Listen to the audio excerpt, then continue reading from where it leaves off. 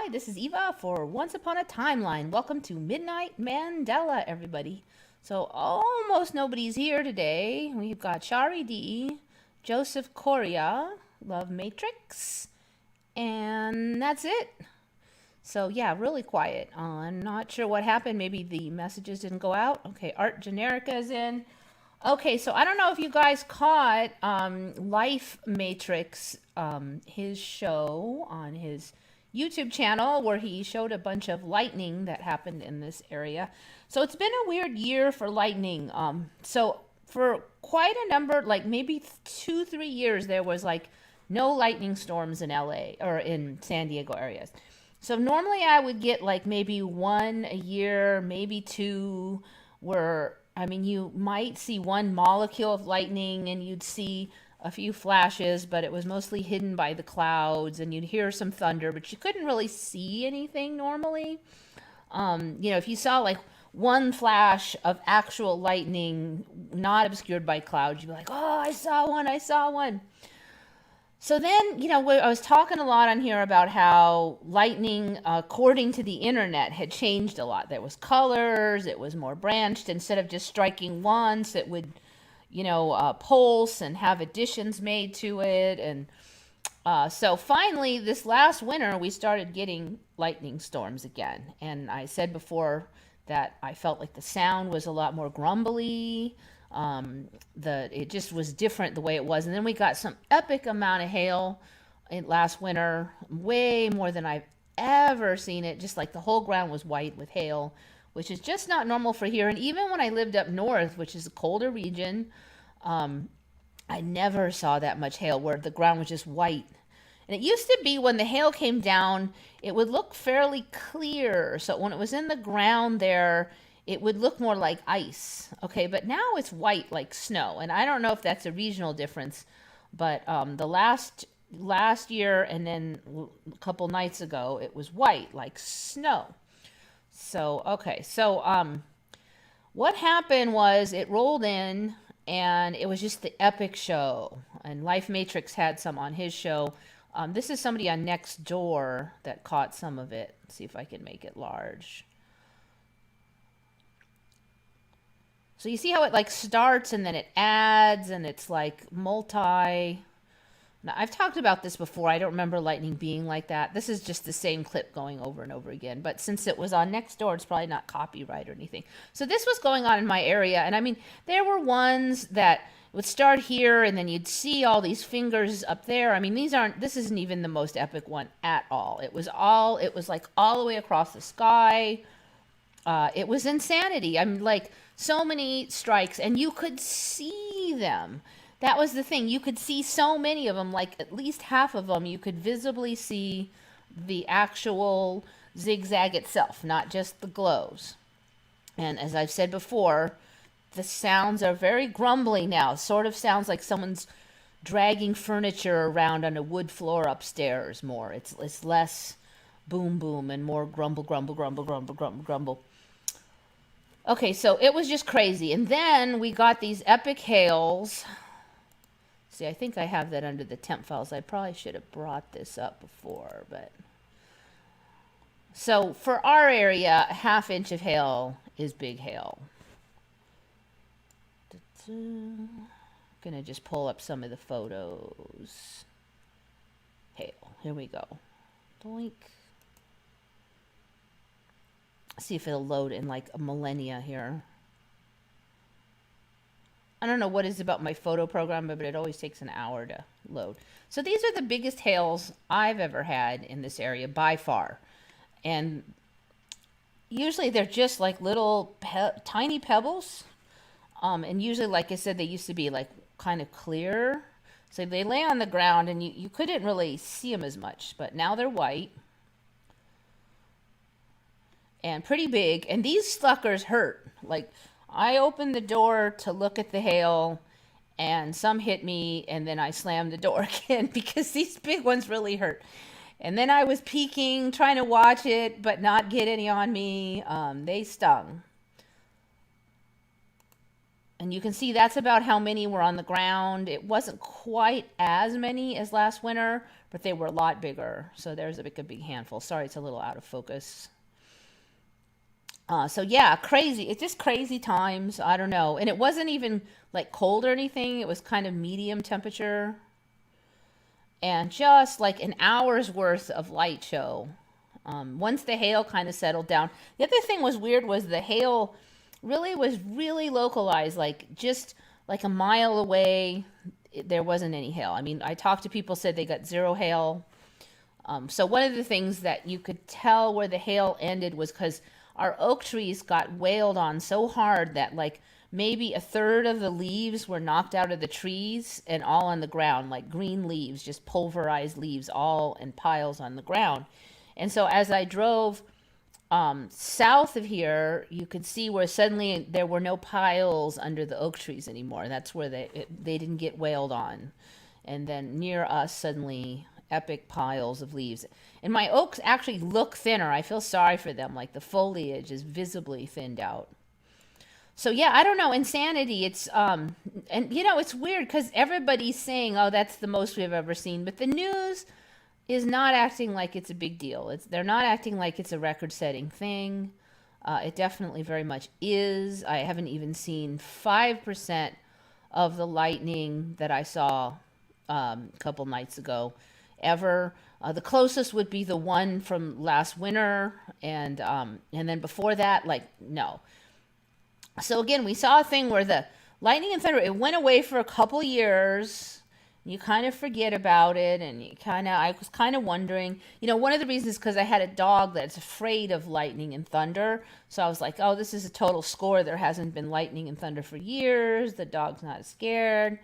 But then when it comes back, it's different. So yeah, I've covered that, my theory on that before. Free ice cubes, yeah. They're literally big enough. Some of those are big enough. Sand River in Iraq, moving sand. Yeah, that one's been on, Shari, the Sand River. I mean, it's not a full-time river, right? If it has, let me know. But last I checked, it was just like a kind of a weird fluke thing. Dead GPK's in. I'm in Orange County. The lightning here was insane. Yeah, I'm sure everybody in the area saw the lightning. I mean, it was kind of a weird story because so I was dyeing my hair. As you can see, it's a little brighter right now. And the dye was going to need to get washed out pretty soon. And then suddenly all this cloud come over. And I had checked the weather. There wasn't, it just said cloudy, like partly cloudy. It really hadn't said much about thunder. So it starts coming over and it starts grumbling. I'm like, yeah, maybe it's a little thunderstorm or something. And then the light started flickering, and I guess I did find out later that it went out in several areas, and that was probably making it unstable here. So I'm like, if the lights go out and I'm stuck with hair dye. So I ran upstairs, and I'm like rinsing it out as fast as I can in case the power goes out.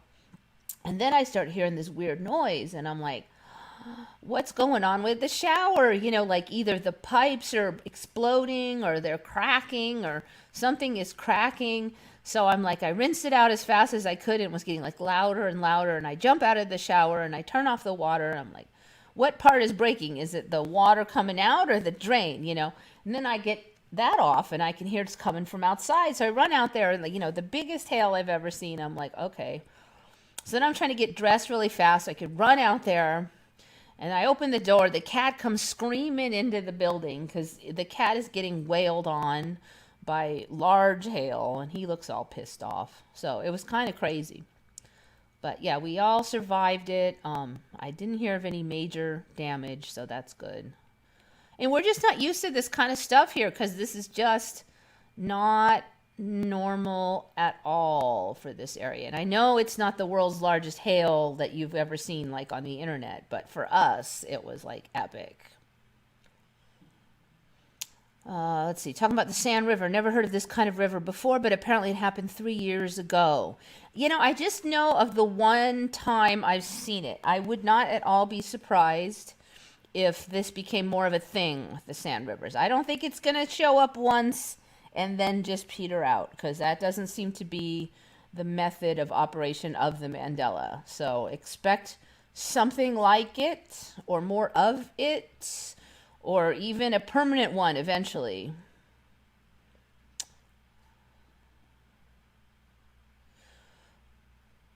Sand River, okay. Anyway, so this one's just a quickie I wanted to cover, but basically, doink, it's totally unrelated to Mandela, but I'm just sliding it in because this is a really interesting one. Basically, it's flu versus pneumonia deaths in Canada in 2018, compared to the big C Rona deaths in Canada as of September 19, 2020. So it's 2018 flu versus 2020 the Rona, and it's by age group. So what's really interesting here is I don't think, if you recall them saying that in 2020 the flu disappeared and there was almost none, but hey, look, the magical C just happened to have almost the same death rate and pneumonia death rate, almost the same rate as flu and pneumonia. So I don't know if you kind of noticed, but they often, when they say, oh, the Rona and then pneumonia finishes you, and that's going to go under a Rona death. So that's why they combine them. It's just, I thought it was really interesting because when they say all these people died, okay, well, 6,500 people died in Canada just from flu and pneumonia in 2018. And less of them died of the Rona in 2020. So now, granted, this number might go up some because Canada did not have as many problems as maybe the U.S. did with the Rona in 2020, but still, it kind of puts things in perspective here.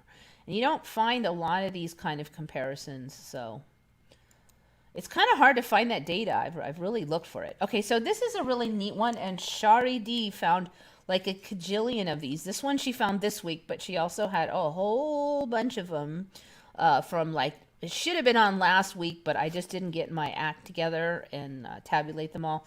Okay, so this is back to Mandela land here. If you guys remember, some time back, I had like one of those spongy ground videos, and it was grass at the time. So you see somebody dancing around on the grass, and it's acting like you're on a waterbed. So there wasn't really any context there of what exactly was going on. So one was left to kind of assume maybe they had some kind of tarp under there to control erosion, or that the roots maybe were really tight and were holding the water in like the top of a waterbed or something, you know. But this one now, so there's been a couple of rounds of those spongy grassland ones. But this is a new one that showed up, and it is just the soil itself. There's no plants here, so that means that you can't blame it on roots or anything like this. So now it's just soil. And I swear that they didn't have this before until now, and I had even looked into the grass one and not found any of this info. So now we have spongy waterbed dirt. Check this out. It's totally crazy. So I don't know, how does it get so jello-y, but yet his feet don't go in. But you don't really notice any obvious difference between the top and the bottom. And I'm sure there's some whole physics thing. And unfortunately, I can't tell where this is. One kind of guesses it might be at the beach, but then I don't know. So some people were saying it was some kind of clay, but that was just guesses in the comments. But yeah, weird. I'm just going to run that same bit again. So basically the whole video is like that, and there's not very long. I don't want to play the whole thing because copyrights and all that, yeah. But so yeah, I think this is kind of like a next level version of the spongy lands. I don't know, like Clown World, you know, dirt X like sponge, even weirder than sponge. What is that even? Waterbed dirt? Very strange. Seahall's in now. Malabsorption. Loyalty makes you family is in. Flu on the CDC site. It was stated that was because of the masks. Yeah, I know. It's just, I find it very interesting that Just interesting. I'm not saying anything about it, but just interesting that the level of the coof or the whatever you want to call it, the magical seed, just happened to be about the same amount of deaths as the missing flu. I'm sure it was all just a giant coincidence and has nothing to do with anything. And I do expect that the magical C would probably be inflated in some cases because they pretty much put like everything underneath that. But of course, I'm not saying anything. Everybody is open to their opinions. Our insane in charge in Canada won't let anybody travel without the army pokey pokey.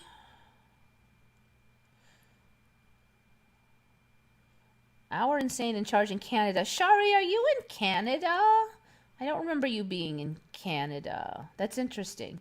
Well, and probably sucks too, but okay. Well, anyways, I feel sorry for you. Watch out for the, yeah, I guess with the extra X's, maybe they won't recognize that word. I am not sure. But yeah, yeah. I don't know what's going on. I think they just said the new rules in Canada, and this is a facty fact, so in case the fact checkers want to get weird, is that you have to have the jibby jab if you want to get on a train or a plane. So you're like super screwed. It looks like I'm falling off the video here. I'm trying to fix my screen a little bit. I always pick a sitting position that I think I'm going to keep, and I center the video to it, and then immediately shift into some other position that is totally different. This is a high-tech program here. So yeah, anyway, my hearts go out to certain parts of Australia, Canada, UK. I'm just hoping that, people wake up more and more as this goes on. We got to look for the timelines where people learn their lesson. Bizarro land. Yes, I totally agree. This is Bizarro land. So on, one hand, we see these beautiful lightning shows, all this neat stuff. But then, watch out, Art Generica, with your terminology. If you add stuff like scam, the algorithms will find this conversation and possibly remove all of the videos. So when you're using terminology, just be really careful to pick one that is not their favorite hate word and say it carefully, because we don't want to get under the skin of any certain algorithms. I'm sure that one, so I try to use ones that nobody else uses, so that there won't be, I'm sure that one you use, it's too popular. So if you use your own word that kind of gives you an idea what you mean, but nobody else or not too many others are using it, that's the safe route. You got to be really careful. And even if it doesn't get removed today, it could be by next year, their algorithms will be even better. So we really got to be really careful.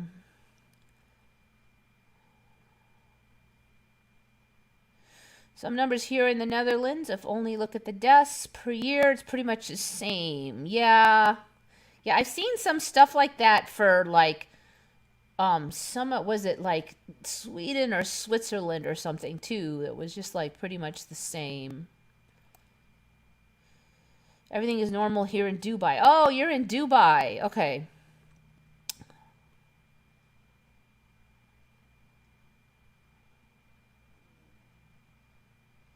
Yeah, scan panic will work. You really only probably have to change a couple digits and you're all right, People will still know. The evasion of the algorithms. Yeah, we got to be really careful about the algorithms. And even verbally, the algorithms do listen to your verbal statements. So even I have to be really careful just speaking, that I, make sure that I do not diverge from the official narrative, because we would never do that here. Okay, so that one's neat. So I got a lot, actually. A lot showed up, a lot from Shari, but they were kind of falling out of the woodwork too. And I didn't really even look that hard because there was plenty. And when I end up with plenty, then I'm like, oh, I don't need to find any more.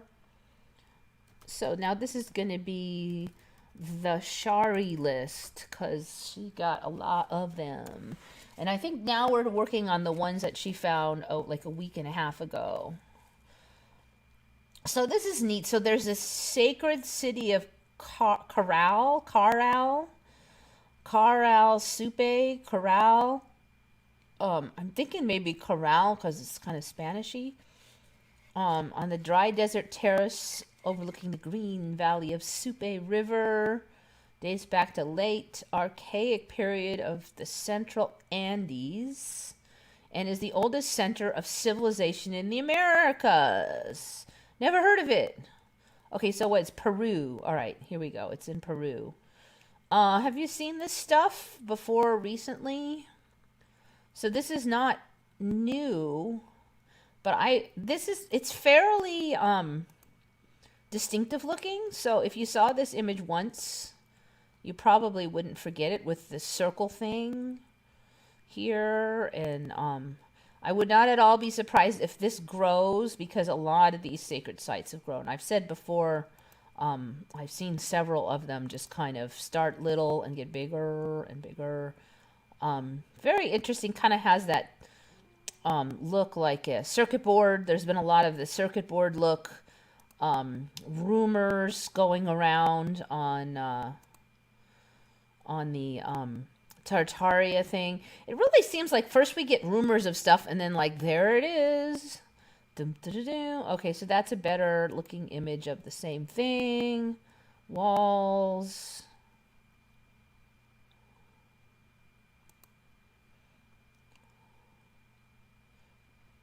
Trying to get a few more close-ups. So it's distinctive enough and supposed to be like the oldest city in the Americas. So, you know, being in the Americas, I probably should have heard of it, but I certainly have not seen any of this. I really find it hard to believe that 20 years of internet searching. Well, when did I get on the internet? It's been like 30 years now I've been on the internet, and I love weird stuff, and yet there's a million of these that I've never seen. Ooh, that's an interesting view. UNESCO World Heritage Site. There's like these World Heritage Sites are like a dime a dozen these days. There's like ridiculous numbers of them.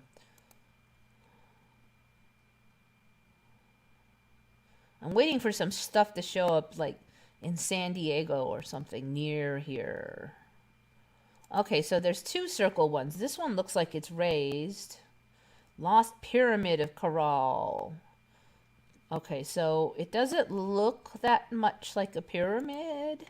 Let's just see what they have to say, because if they call it a pyramid now, it's probably going to turn into a pyramid. It doesn't really look very pyramidal.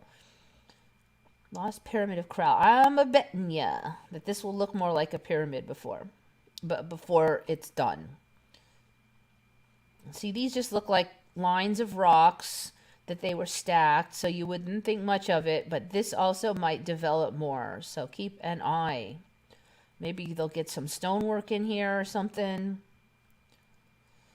Caral is another of the great archaeological sites found in northern Peru, built between 3000 BC and 2100 BC, practically at the same time as the pyramids of Egypt, or so they say. Home to one of the oldest civilizations in the entire American continent, but also one of the most mysterious.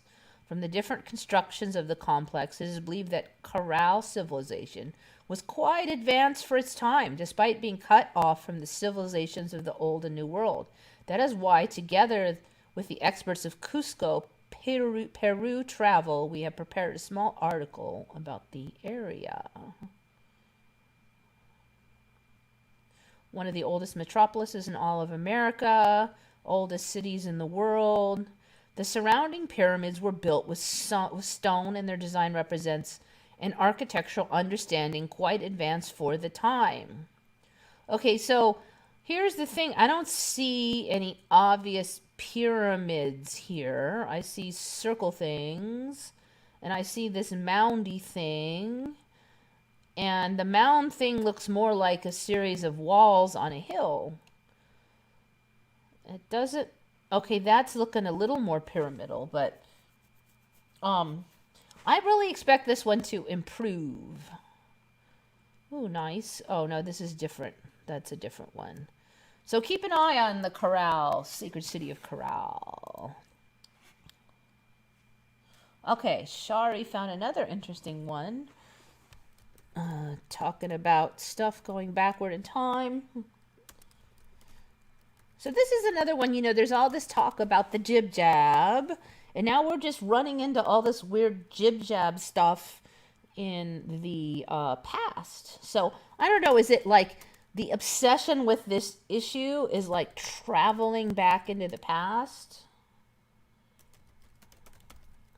and showing up there? Or what?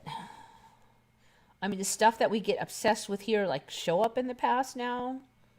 So apparently, George Washington is now accredited with the first mass vaccination military inoculation program ever. George Washington's military genius is undisputed, yet American independence must be partially attributed to a strategy for which history has given the infamous general little credit: his controversial medical actions. So he's talking about the Battle of Saratoga. And an ambitious initiative Washington began earlier in the year. Okay, so he discovered that, he noticed that 90% of deaths were caused by disease. Now, I do remember them saying that. But, you know, they said it was like trench foot and stuff like that. The smallpox virus was the most vicious of them all. Ironically, I don't remember smallpox being a big deal back then, like really influencing a lot of stuff. I remember it being other stuff, just like general poor sanitation and like that. Okay, so George Washington wrote to Dr. William Shippen Jr., ordering him to inoculate all of the forces that came through Philadelphia. So he inoculated all of them and got rid of the smallpox. And let's see, both Benedict Arnold and Benjamin Franklin, after surveying the havoc wreaked by variola smallpox in the Canadian campaign, expressed fear that the virus would be the Army's ultimate downfall. So they would infect you with the less deadly form of the disease, which was cowpox, and that would like render one immune to the polio. Apparently, was it polio, or was it smallpox? Yeah, it was smallpox. I think it was smallpox. Yeah, smallpox. I'm sorry. I was saying polio, but it's smallpox. So, pardon me. So anyway, I just don't remember any ever hearing about that. If George Washington was such a super genius that he did all this, and I just can't see them not adding that into his many wondrous virtues, that he was a medical super genius as well as a brilliant strategy guy and all that. But no, we never heard a boo-bah about that. So Shari found that one, and I think it's very suspicious. Okay, I'm going to see what you guys are up to over here. You kind of wonder if they just made this crap up to, like, push the jib-jab, or, you know, is it a Mandela? I mean, I tend to suspect it's a Mandela, but you just, I don't know. Maybe it's just Bologna? The lightning, okay, Joseph Correa is talking about the lightning storm. The lightning storm reminded me of what Texas gets: no rain, just lightning. So it was kind of like that, because it was like boom, boom, boom, flash, flash, flash. Then the hail kicked in. There really wasn't much rain. So in the past, if we did get any hail, it would like rain for an hour, and then maybe hail would come down for a bit, and then it would rain more. But this time what we got is, it was kind of a little on the warm side, and then just hail first, and then a few sprinkles, and then nothing. And then like an hour later, it did start raining. But It's just not how it used to be, anyways.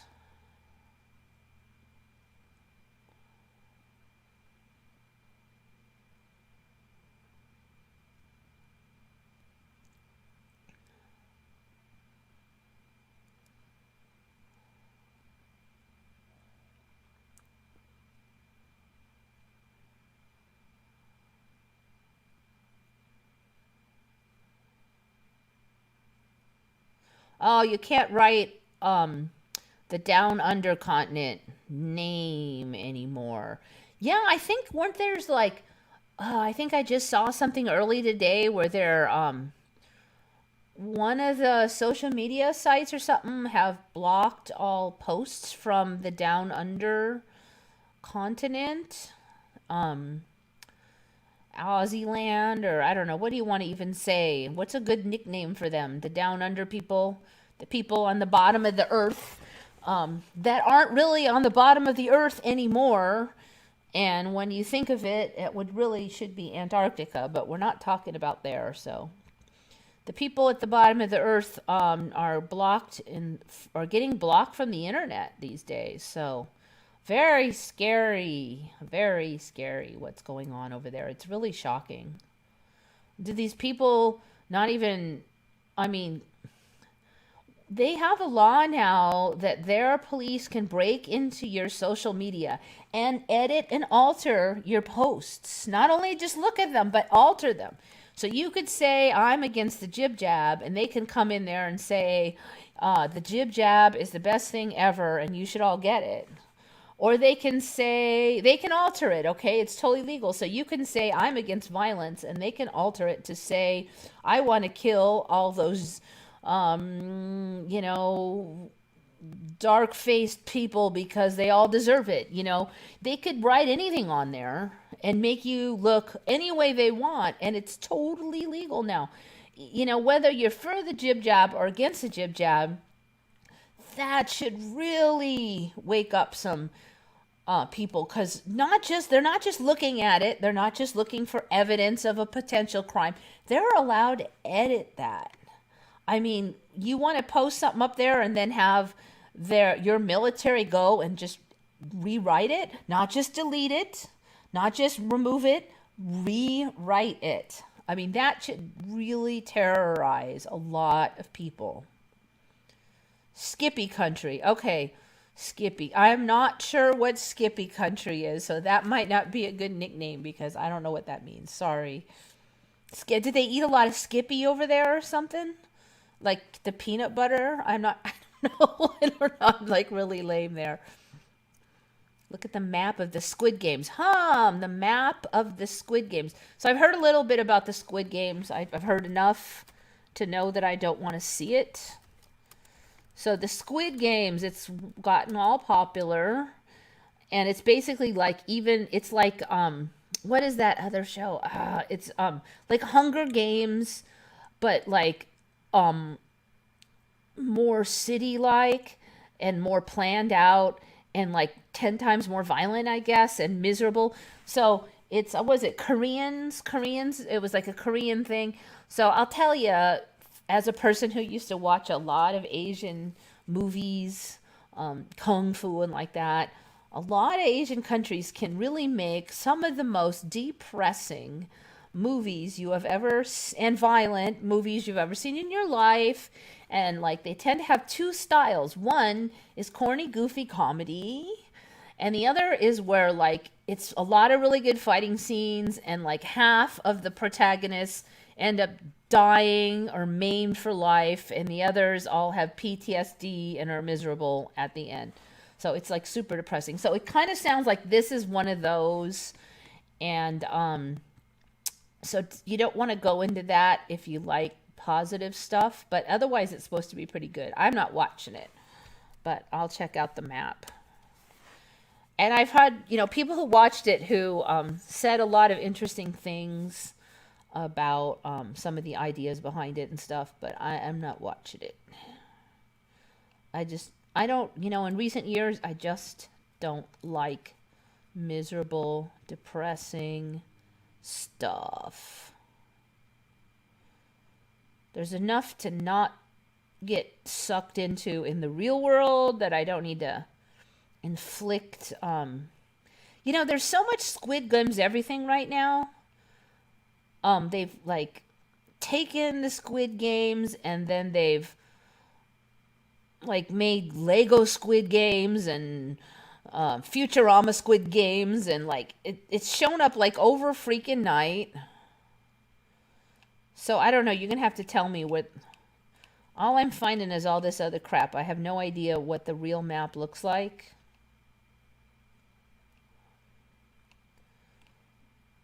So you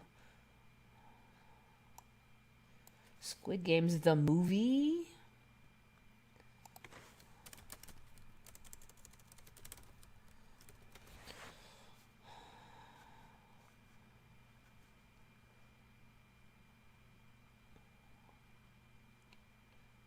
All of this looks like so cartoony. I don't know.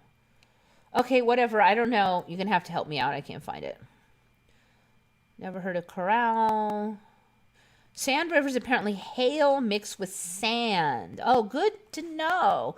Because I saw the video, but there was no context.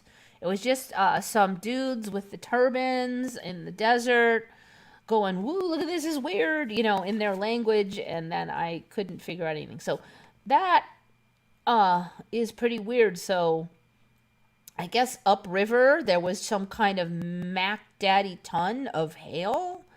I noticed thing about the hail, it was a half inch this time, and so before it was like less than half that, the hail we had here in the last winter. And so before, when it hailed and right out kind of was done, and I walked out, and it was in front of my work at the time, so that was just like the regular road and sidewalk, and I walked on it, and it seemed fairly safe to walk on because it would crunch down under your feet, so it was kind of like walking on snow.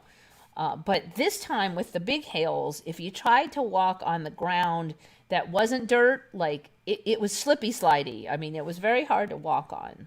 So I can kind of see it making a river maybe, but that much hail, like enough to make a whole river, I mean, that's kind of insane. Kangaroo Land, yeah, I can say Kangaroo Land at start to get you to know. Kangaroos aren't just in Australia anymore, like they used to be, but it still gives you the idea. And then I can use those people at the bottom of the earth for the rest of it. Didn't even know what virus was back then, just bad air. Yeah, I just don't remember them even knowing about sanitation that much. They didn't even know about cleaning wounds and things, and now they knew about inoculation and everything. Like, I guess it seems like knowledge is going backward in time, so maybe we'll find out it was all just a false rumor eventually. But oh yeah, so Bit of Venom's talking about how the term the Matrix is now in the Bible after that movie got all popular, and of course unicorns. Bit of thanks. When we have a big shift, everything just comes on my computer. Well, thanks for sharing, Shari. Bit of Venom. The spelling of inoculation. So for me, there was only one N. Is it two N's now? For inoculation, let's see. INN. I'm going to bet that it's two N's because this timeline loves their multiple digits, multiple extra letters for no freaking use. Oh no, it did it. All right, I guess wrong. So for me, there was only one N and it's the same. So this kind of is opposite because it seems like a lot of the words, it's just adding more and more letters. Repeat letters, double C's, double whatever. So yeah, for me it was one N. I come from the boring timeline when stuff did not have extra letters all the time.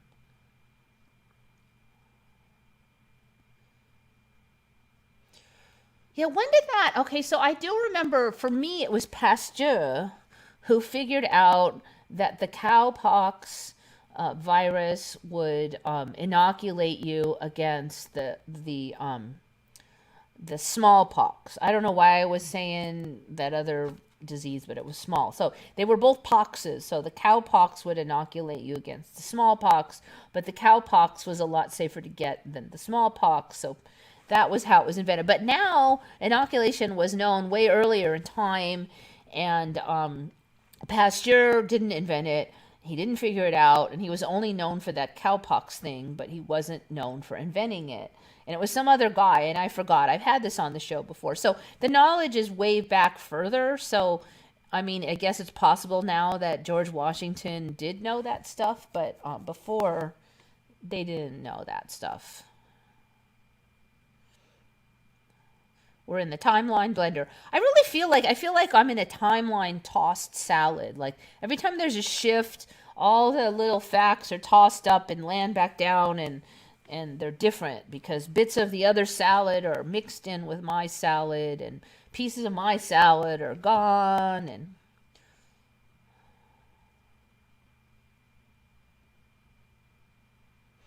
I was listening to one of the clairvoyant person on YouTube, and she was saying the reason for the ME and the things changing is the elite is looking for a certain timeline.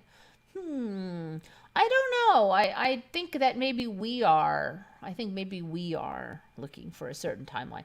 Maybe the elite are looking for a certain timeline, and they'll go to their timeline. But I think we, each one of us, are looking for a certain timeline also, and we'll go to our timeline.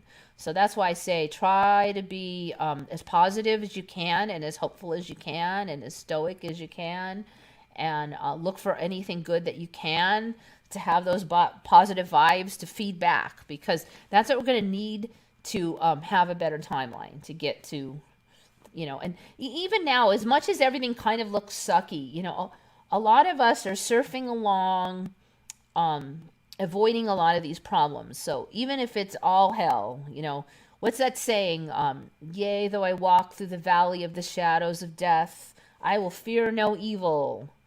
For thou art with me, thy rod and thy staff comfort me. They comfort me. I forgot the rest of it, but it was something about bounty or something. So basically, the thing there is just saying, that's an old Bible statement, and it's only changed a tad, because for me it was valley of the shadows of death. But here it is valley of the shadow of death, which gives a different feel, because I just kind of remember thinking it of shadows, like multiple creepy shadows were flittering around. That's pretty scary. But here it's just one shadow, so you just think of it as kind of being a dark place in general. But the point is, when he says, I will fear no evil, I don't think he's saying, I'm so studly that I'm not a chicken. I don't think he was bragging. I was basically saying the goal here, I think he was saying, was to not succumb to fear. And he's got his rod and his staff, but he doesn't have the rod and the staff as weapons. They comfort him. So basically, they're reminding him of God and good things, and centering on that. And so the other things can't get you, basically. The more you turn towards the positive and not fear, fear is the mind killer and all that stuff.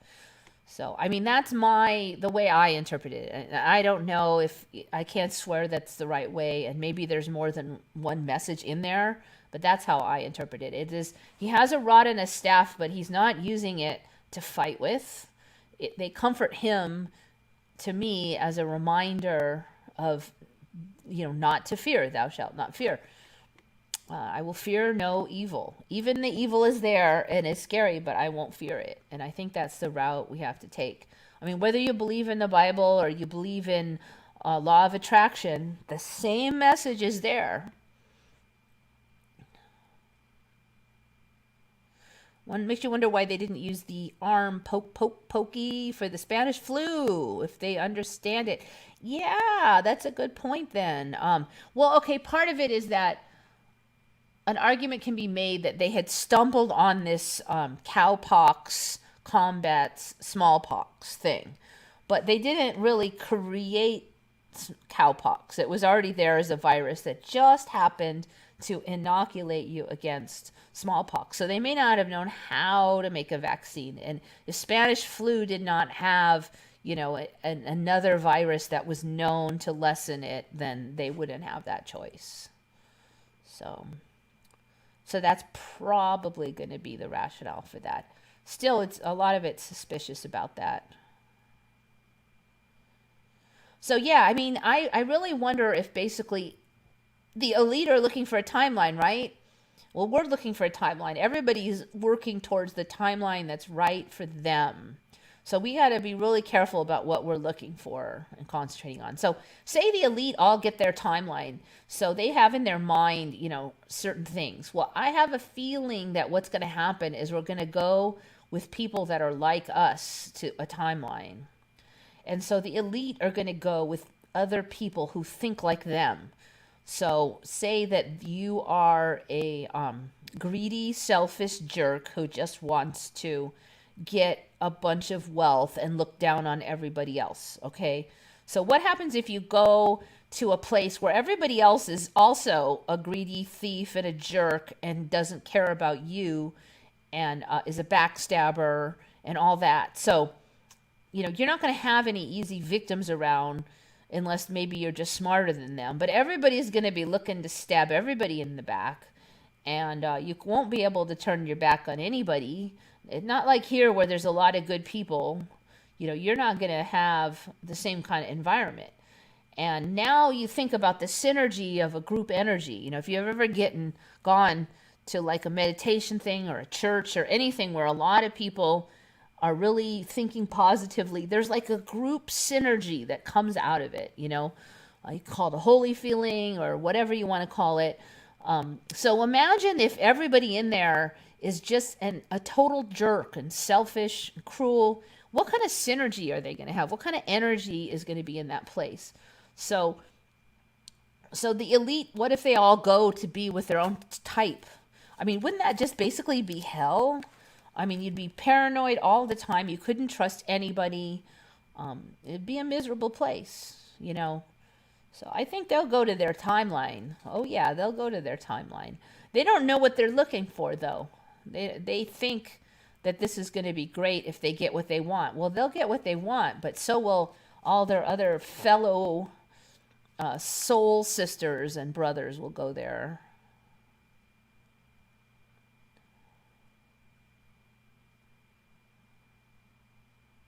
That bogus. Oh, yeah. So there was a Facebook whistleblower complaining about Facebook. Yeah, I'm really suspicious about all that, too. That they're like, oh, Facebook is so lazy. They're not censoring enough. It's like, yeah, sure. Skippy is the name of a famous kangaroo. Oh, I didn't know that. Okay. So it's probably not a really good nickname because I never heard of it, and unless everybody else has heard of it but me. Skippy the bush kangaroo.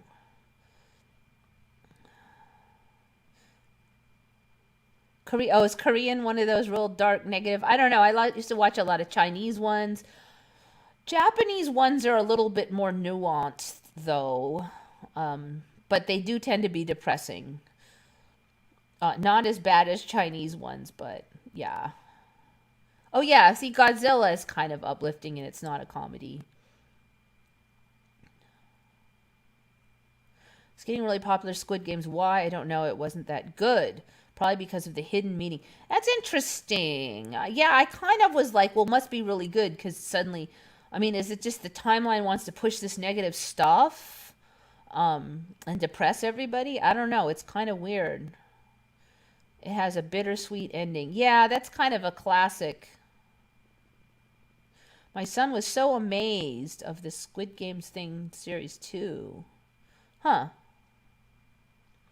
Yeah, so it's just super depressing and violent, and it kind of brings out a lot of the it shows a lot of the badness in humanity. And so part of the thing was there's these elites that develop these violent, horrible games where they kind of trick people into playing them and signing this contract with the promise of large amounts of reward money. But a lot of people end up like dying. But it's kind of amusing because Well, I wouldn't say amusing, but it reminds me of certain things. Like most of the people who sign the contract, they never read it. And so they don't read all this stuff that they should have read. So like when you sign a terms of service thing or a contract, most people don't read the freaking thing. So they didn't. And except for one guy apparently. So it's kind of a creepy warning that way. So the one guy who read the whole terms of service slash contract actually knew something extremely important because he read it all. And I find that too when I sit down to sign something, I read it. At least even maybe a little bit fast, but I read every paragraph. And I guess nobody does because a lot of times they act all fidgety like I'm taking forever to sign it because I want to take 5 minutes to read what I'm writing my name to.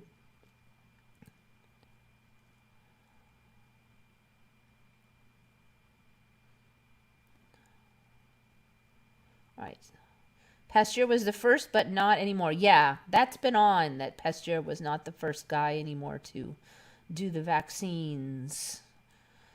General Starr does not remember shadows of death. Yeah, I know it was shadows for me. That was one of my favorite old sayings. And it was actually one that I probably took a lot more personal. It helped me more personally. Some of the other ones I kind of used. Looking back on it, it wasn't in the right spirit. Like I used to use judge not lest ye be judged. And that saying is now twisted around in the Bible. But I kind of used to use it to throw it at people, like Bible people who were judging others. And I would throw it at them. And then I look back on it, I kind of laugh because I was basically judging them for judging others when the Bible says not to judge. So I was guilty of judging because I judged them. They were guilty of judging because the others were. So it wasn't exactly in the spirit of the saying the way I was using it. But the Valley of the Shadows of Death, I use that more as a personal reminder of, how to try to operate. So it was a little bit more pure-hearted at least.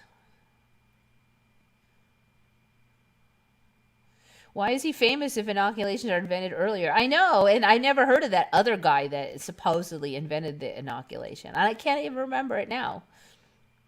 So they're just saying he was famous. I think there was something about him being famous for something under the microscope or something. But yeah, it's a stretch. The rod is the horizontal part of the cross. Oh, and the staff is a vertical. Okay. Well, thanks, because I could always use some help on the Bible stuff. But again, my point is he wasn't fighting with them. And if you have a cross, you can whack somebody with that sucker. But yeah, he was comforted with it. And so it's just basically it's a reminder to not fear. The Spanish flu was caused by the pokey poke they gave to the American soldiers. It could well be. It's going to be really interesting. See, I didn't really have this giant Spanish flu thing in my timeline anyway. So, I mean, like, I'm just waiting to see how the timeline gets written.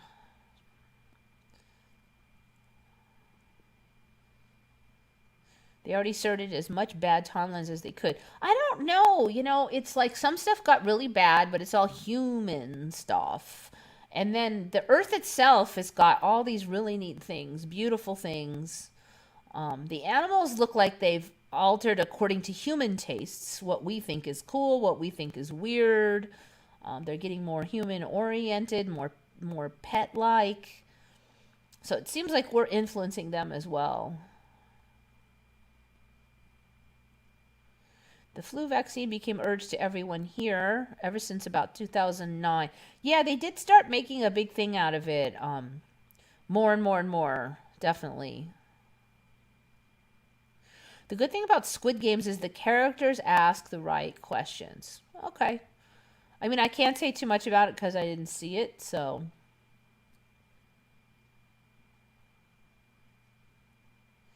Read before signing. Yes, Shari knows. And you sometimes see interesting things, like when I read, I gave blood in order to get the antibody test for free, and I read it all. And I just saw some interesting things in there. They weren't like bad things, but it was like, for instance, they said that the antibody test may cross react with antibodies to other viruses. So, that's not something you hear in the news very often, but it says right there, the official word from the manufacturers is that it may cross react. And they didn't have numbers, percentages, or anything about how often.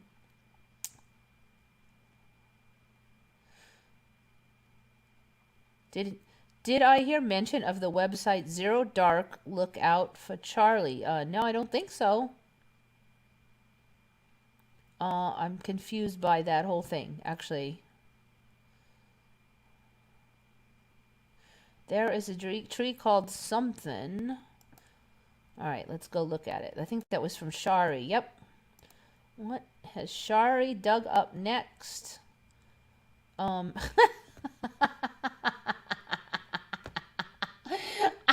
You know, what does it say about me? But when Shari didn't want to say what it was, and then, I don't know, I saw the word Jonas, and somehow I already knew what it was going to be. Like, I don't know why Jonas would make me think that, but I always like, I hope it's not going to be a bunch of, and yes, it was.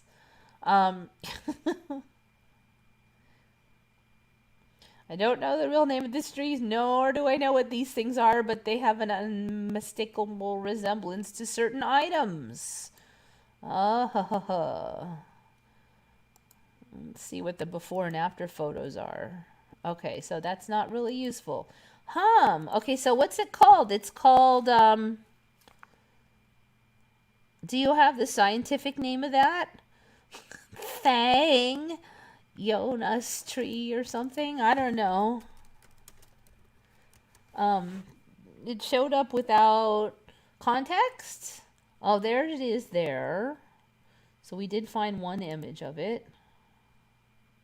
I'd really like to know what this... Okay, La Fortuna. All right, this person doesn't know what it's called either. So I don't think it's a Jonas tree. Looks like there's just that one photo. Any idea what in the... It might be really new on the scenes if there's no names available for it. I really hate typing that in, but I'll try it. So, oh, here. Nope, more of the same. Okay, so it's some kind of goofy roots thing.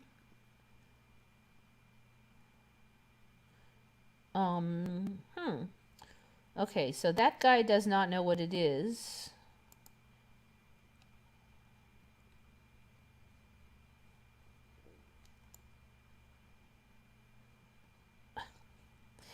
Okay, that looks like it, but they said it's the same thing.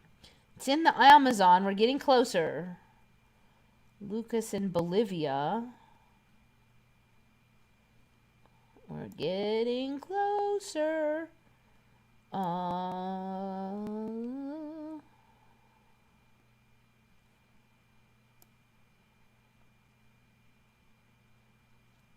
Maybe here. This Costa Rica facts.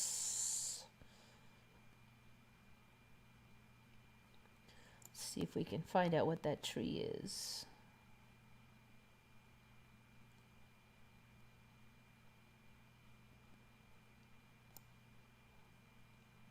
Whoop, did it freeze up? Kinda looks like it. No, it's just not moving. Okay, that didn't help any.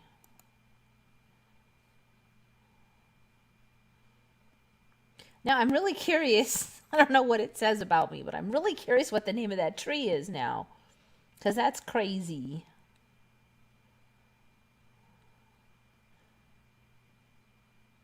All right, so that one didn't...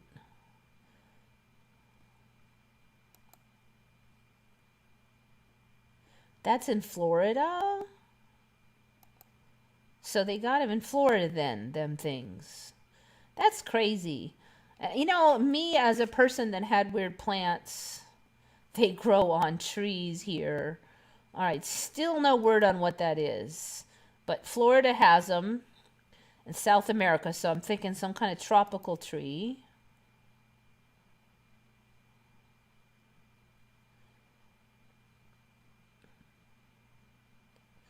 These flicker ones are not giving me any info. Look at, they're even freaking red colored. Man, if I don't get like censored over these freaking trees. Next time you better tell me at the end of the show. Ah, there's no info. Wait, let me see if you guys figured it out.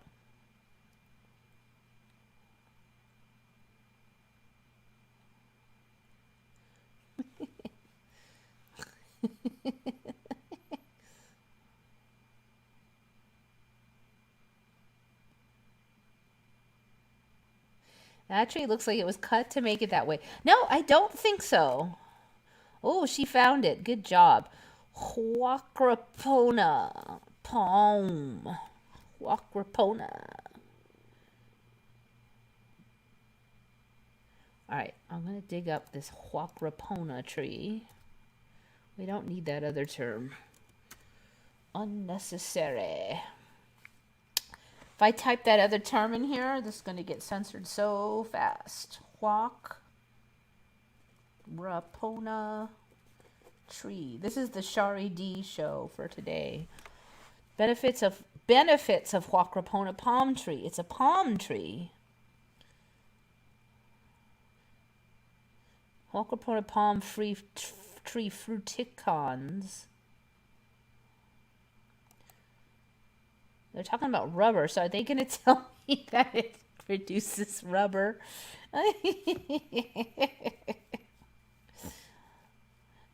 Forming a loose clump of growth from a prostate or subterranean stem.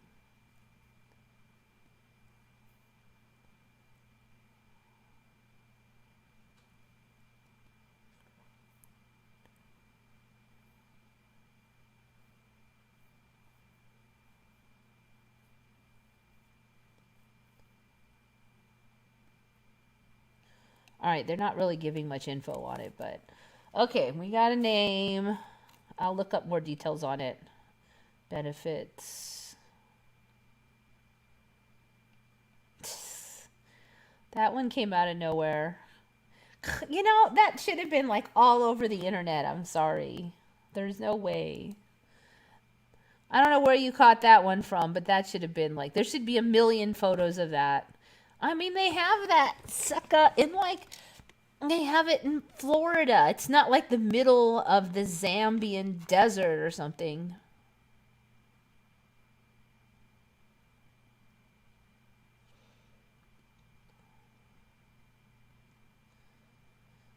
I wonder if it's going to be... My search history is weird. I'm always searching weird stuff. Okay, so it's a legit tree. That's a good find. I sure hope we don't get censored for this. It was a completely scientific investigation here. I'm not trying to be lascivious at all. All right, we got George Washington.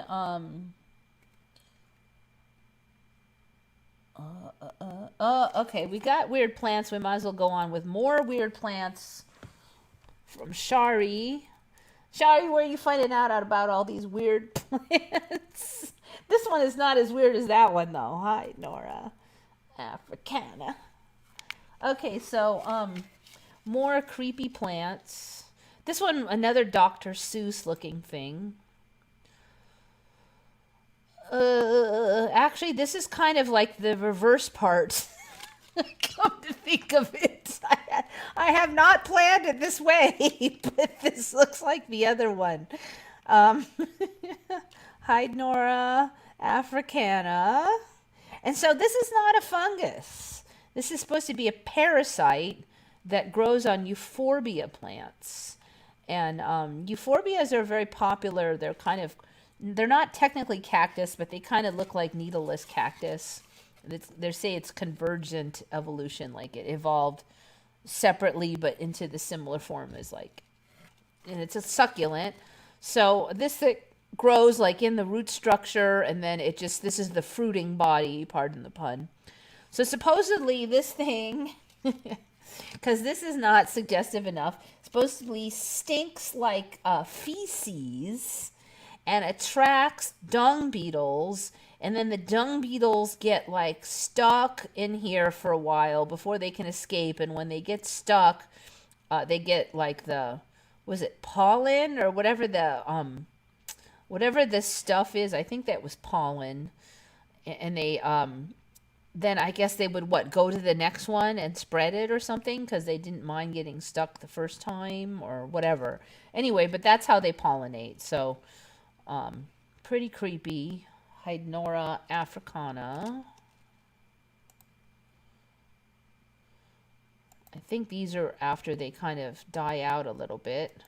Here's them not opened yet. It really looks like some kind of weird Dr. Seuss baloney.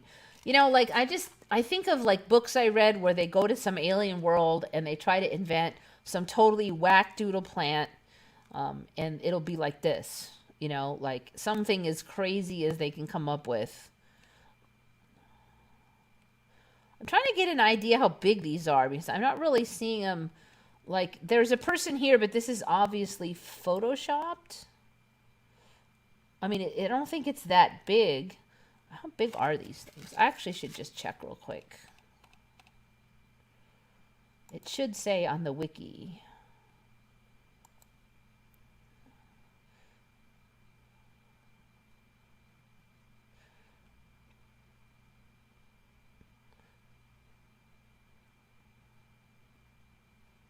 No chlorophyll, cannot perform photosynthesis. All right, that image makes them look not that big because euphorbias aren't that big a plant. And these are euphorbias back here. This is the image I'm looking at.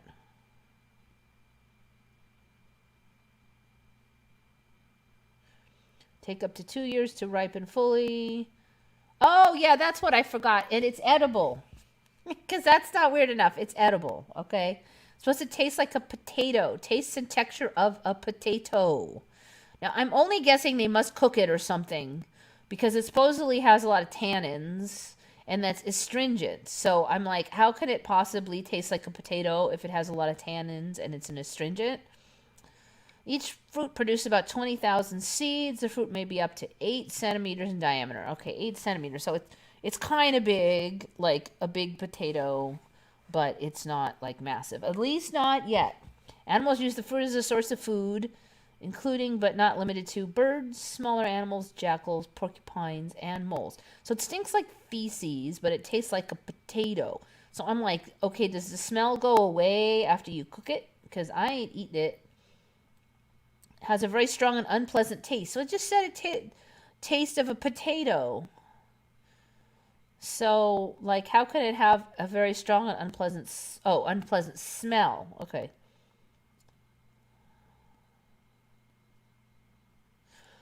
So, I don't know, the whole thing kind of weird. It's a very short little wiki. Kind of feel like it might be kind of a new kid on the block there.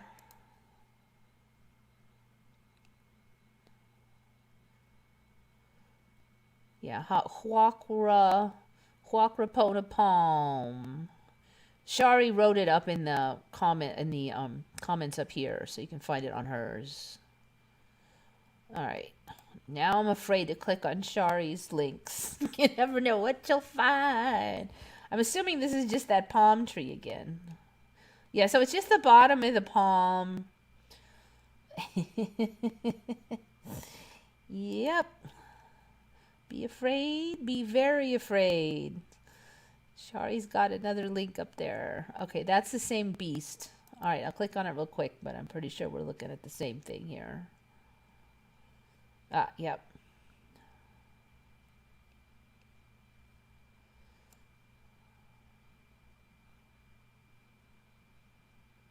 Grows near river banks, palm tree leaf.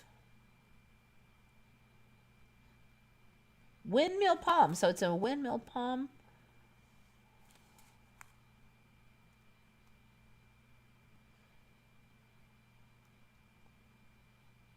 All right, yeah, that's the same spiel. I think we clicked on that before.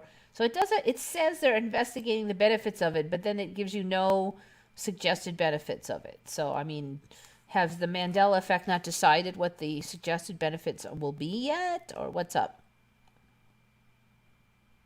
If it existed before, we would have seen it. Yeah, it would have been like all over the internet. There's no way.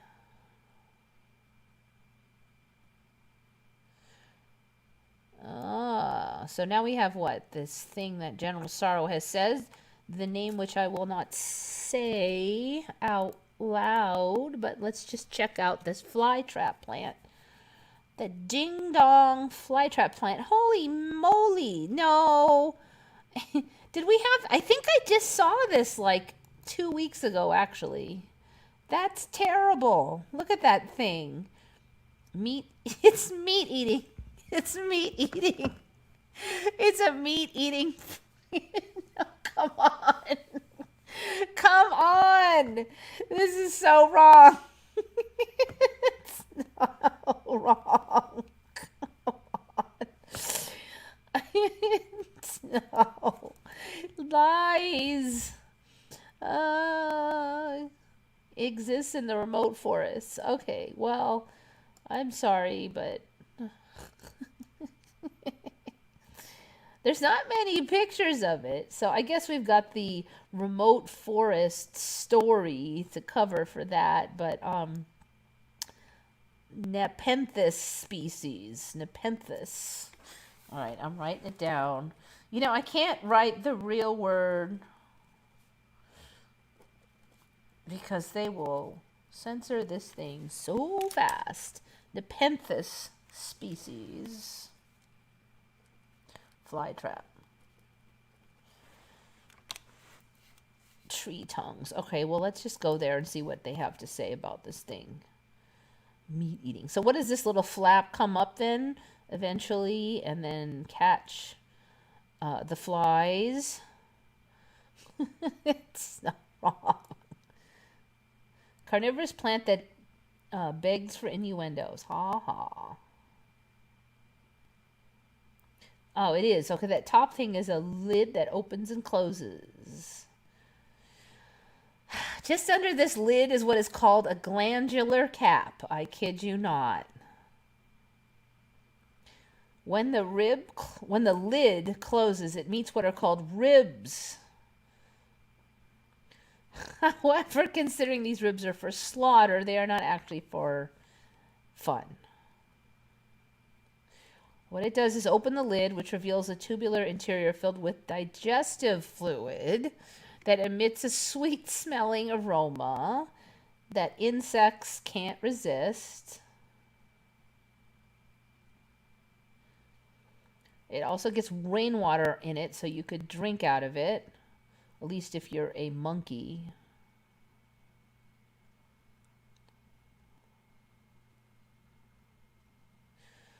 Look at that. There's two of them there, too. I mean, really? It even looks all veiny. I mean, like...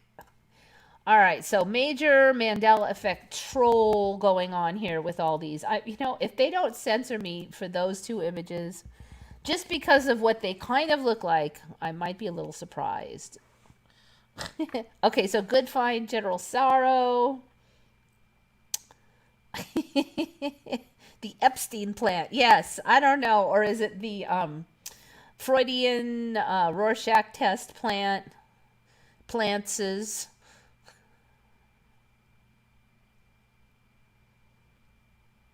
Then they have to say it has glandular flap and the whole effing thing.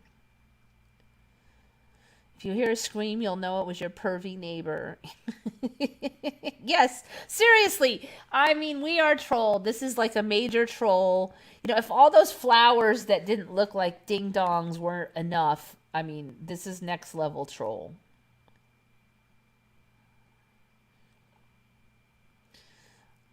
Oh, did Shari make me sound Doran? It made me sound bad. Now I know better, Doran.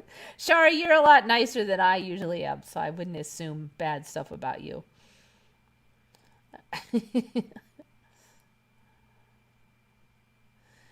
Yeah, you know, it's very hard to grow any fruits around here because as minute they get like slightly ripe, but not quite ripe enough to actually eat, then what happens is like coyotes, raccoons, bobcats, birds, gophers, rats, and rabbits like wail on it, and also what's that one with the tail? Opossums.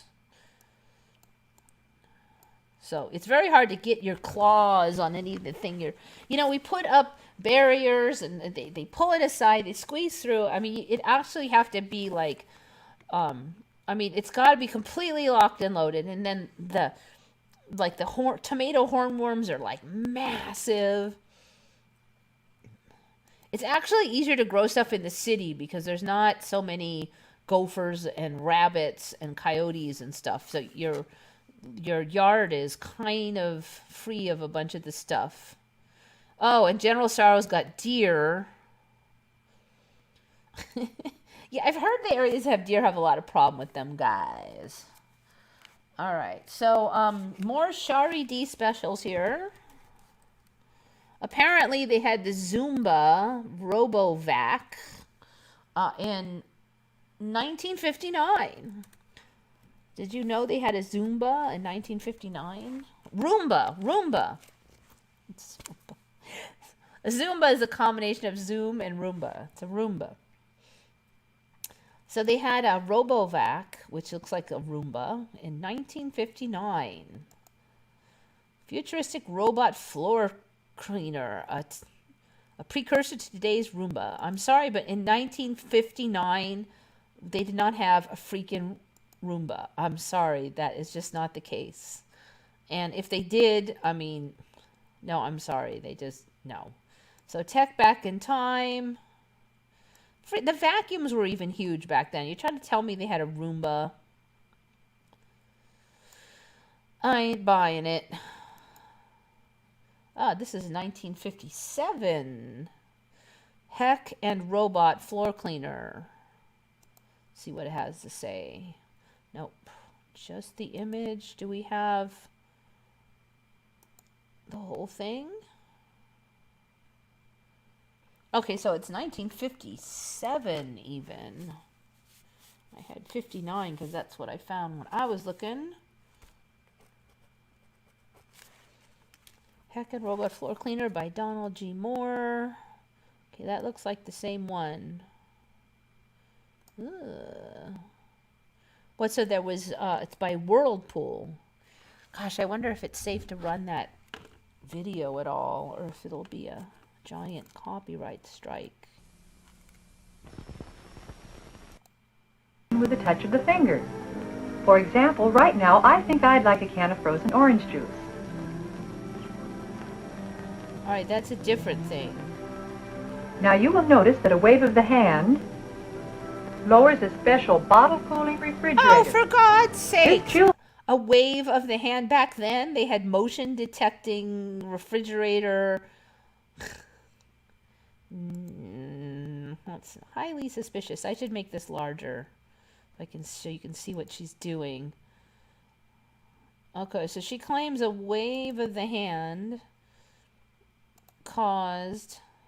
Oh, man, this is a long video. Man, there's going to be some good stuff in here. I should look at this whole video, really. I think we were here. She waves her hand, and the refrigerator drops down. Woo! Let's see what happens over here. The Whirlpool Miracle Kitchen are stored within easy reach because all of the storage I hope it's not like super ridiculously loud. I'm going to turn down the sound a little bit because it's really cranking on my ears. A Whirlpool Miracle Kitchen. First, we would select a recipe by pressing a button on the control panel of the planning center. Then the recipe would appear on a special screen above the countertop. Oh, come on, Let's no. suppose we're going to bake a cake. Just a wave of the hand lowers a completely integrated mixing unit. On the mixing unit is a control panel where you can select the instrument you'll need for mixing, blending, whipping, churning, kneading, and so forth. Now, of course, in the case of the mixer, you will notice that the mixing blades are lowered into just the right position. Then when you have finished your job, The entire unit goes back into the wall where it will be. Okay, now you mixed, let's just imagine this. You mixed up something like, say, a cake. Don't you gotta like clean those mixer pieces? You're just gonna suck them back up into the wall all full of like cookie dough? I mean, you can't just like suck them back in, so. Be automatically cleaned. And Why by is the this way, thing so one loud? section of the unit can be removed so that it can be used as a portable self-powered mixer, washer, and a food waste disposer. And then, of course, after your meal is over, the dirty dishes and silverware can be loaded right at the table. And then the cart will take them back to its place in the wall where the waste will be disposed of, and they will be automatically rinsed, washed, and dried. No way. Did they really have this tech, or is this just fantasy? And why are we gypped out of this lifestyle? Each section has its own special degree of temperature and... I'm going to have to look and see if they really claim they have it, or it's just this fantasy of the future here.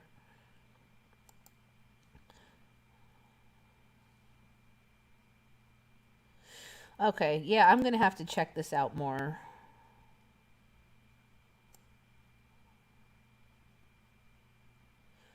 Now, as far as I can tell, this floor cleaner really was a thing. It's got like a name and everything. And I did find this floor cleaner later in 1970, what did I say, 59, so. And it has a patent, perambulating kitchen appliances and control. Interesting. So the patent is from 1957. All right, I'm going to put up my thing and see what you guys are up to here. I don't know, was that like super loud? Free advertising for Whirlpool. Yeah, I don't think you can get that stuff yet, though, even. Tastes like garbage water. The ants will clean it. Yeah, there's some serious issues that they forgot to mention here.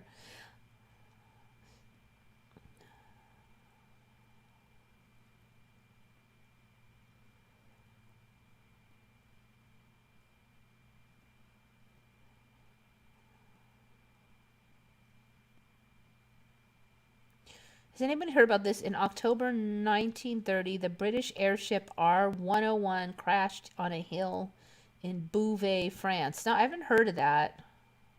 I don't know, there's so many airships in this timeline.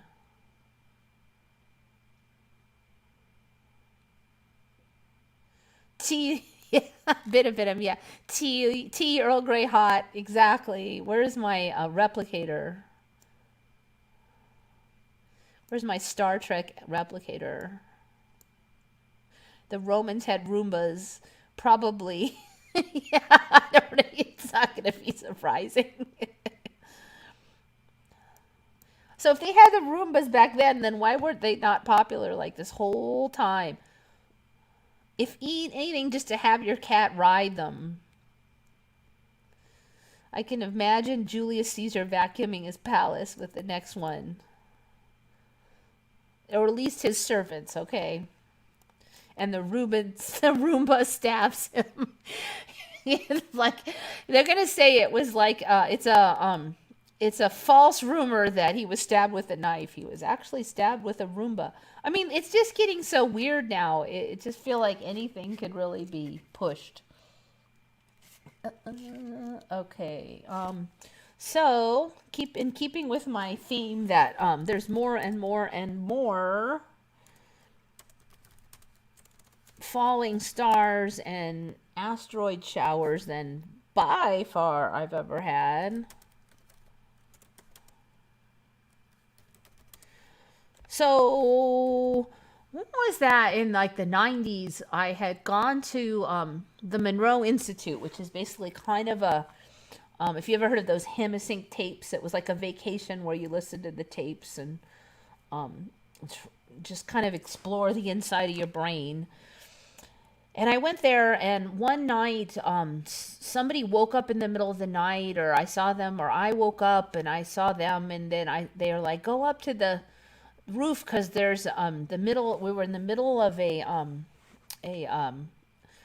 I think it was the Perseids, because I think the Perseids were the only ones going on at that time. So they would say that you'd just see like one a minute or one every 3 minutes or something. But we were out in the boonies kind of at that facility, and somehow there was like all of these shooting stars coming down, and you could really see them. And I always thought back on that because they never described the Perseids as being that good, and I've never heard them. Back then they did it, and I never heard of them being that good. Yet somehow when I was there on that day, not even knowing they were going to have Perseids, and somehow I woke up and ended up on the roof, because that particular facility had a roof meant to be visited so you could like stargaze.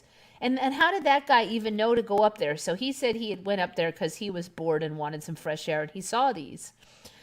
So we watched them together, and it was just weird because I thought back on like, how were there even that many falling stars? Because the Perseids are not supposed to be that good, and I'd never seen them that good before. But now they are that good sometimes, and there's gajillions of these freaking starfalls. So apparently now there's this thing called The Night the Stars Fell, and this is another Shari D special that she found. Shari's been busy.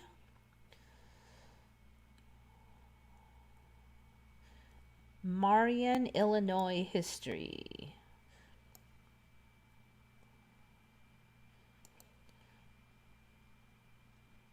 Clickety click. Are we going to go there?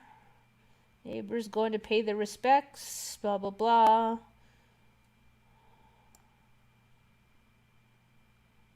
So Southern Illinois in 1833.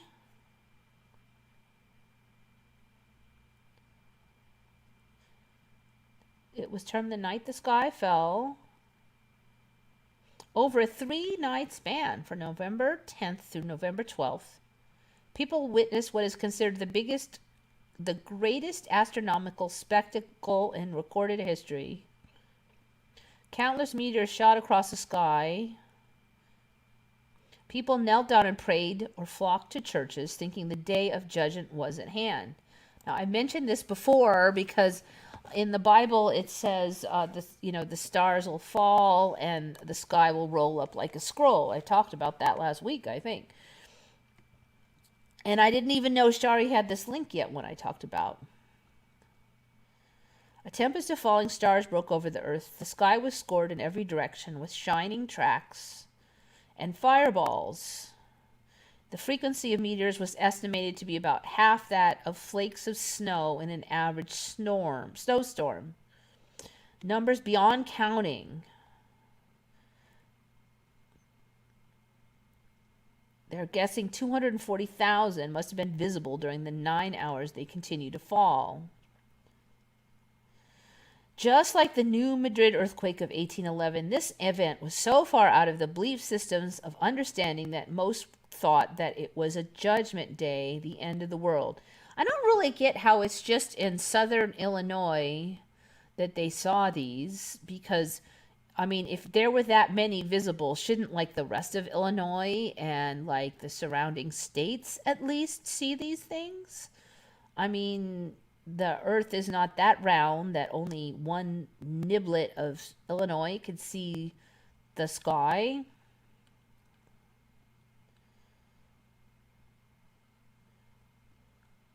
So actually that's kind of weird. I mean,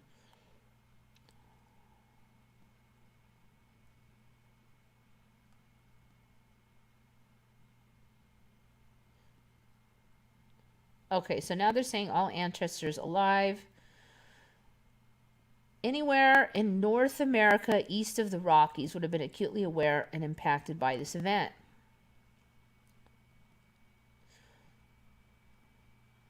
Okay, so they're saying it was the Leonids. The meteor storm of 1833 was truly of superlative strength. So I've never heard of them ever being like this. 100,000 meteors an hour. And somebody else estimated 200,000 meteors an hour over the entire region of North America, east of Rocky Mountains.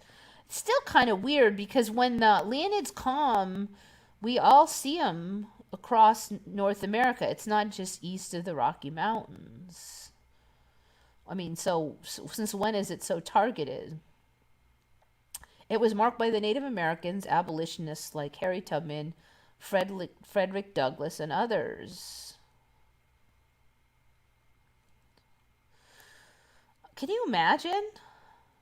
I think there was an image of somebody had drawn it. There's not yet any photographs that far back. But this is how it was described or drawn. Ooh, is there a photo? Let's see if this is a photo.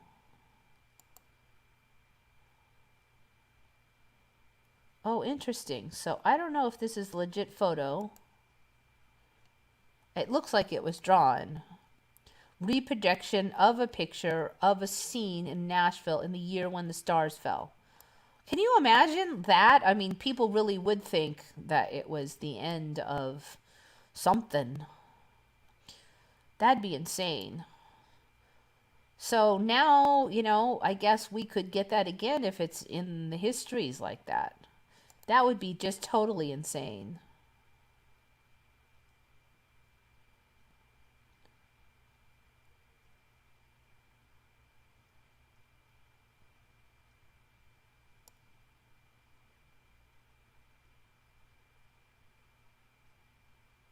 I'm confused and I'm not sure what I'm confused about.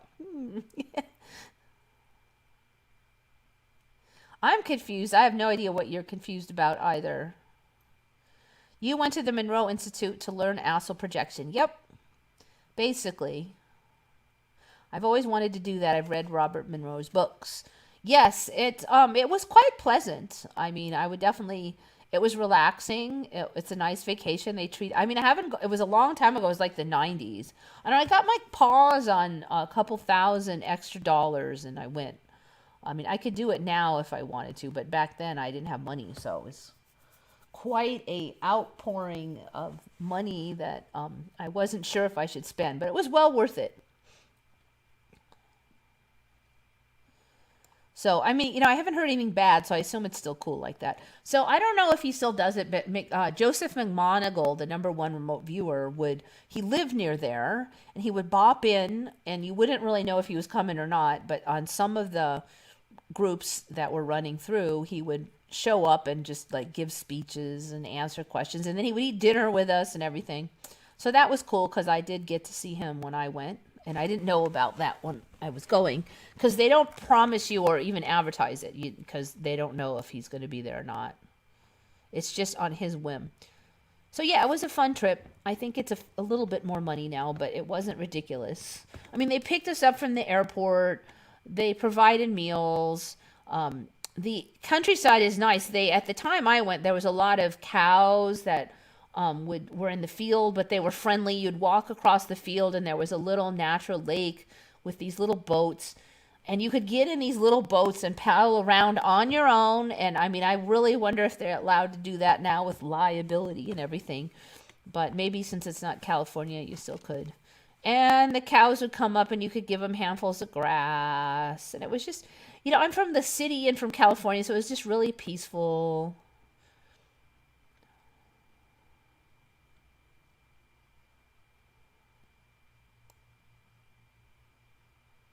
Did they give you helpful answers on the other side? You know, I really went there to do out-of-body travel, but instead, I mean, I had other weird things that happened, but I didn't have exactly that, and I never really had control of it, but I had a lot of interesting experiences with out-of-body travel, but I never really, like, met spirits or anything that told me anything. I mean, it wasn't really like that. So, like, one time I went out of body travel and I was just around my room and then went into the kitchen or something. But there was no, like, spirits or anything. And sometimes I went other places. A few times I went to, like, well, a lot of times, and this is me, I do this a lot. I just experience other lives. And I don't know if they're past lives, other lives, what. I mean, I don't feel any attachment to them when I'm in there. I don't recognize any of it. and I'll just be this other person and I'll have their life. So, like, I'll be some little kid somewhere, or I'll be some other nationality person in at work, or some just all kind of stuff, you know. And sometimes a couple of them look like other planets of some kind. I think one time I was like this giant beetle creature that had this carapace, and like the claws couldn't come around because the carapace would kind of get in the way. And but I never really talked to anybody. I'm just, like experiencing these experiences. So that's kind of my deal a lot of times. For whatever reason, I just there was a time I remember, I usually they're kind of neutral experiences. Sometimes they're really nice people, but usually they're just like regular types of people, not bad, not good, just got problems or something, angry at someone. Or one time I remember wondering about like violent people. Like I was just like, why do people are so violent? Because I don't really understand what they get out of it. And then, like, it was sometime that week I experienced being a violent person. And I kind of experienced, like, how their brain works and stuff. So it was weird because you wake up and you remember these violent thoughts, but they aren't my normal thoughts. But yet, I mean, it's weird getting used to it. It's like, so that's more kind of my thing, but I don't really get answers. I get like experiences, basically. Some of it has helped me because it's helped me understand other people better. So normally people have different kinds of experiences. I'm a little bit weird, and I didn't even have a lot of those experiences when I was at Gateway, but I really liked it. I did have a lot of interesting experiences, and the people, half the fun was the off hours where we get together and all these different people had different skill sets, and Reiki was kind of new then, and some people did that, and an aura reading and all that stuff. So it was interesting.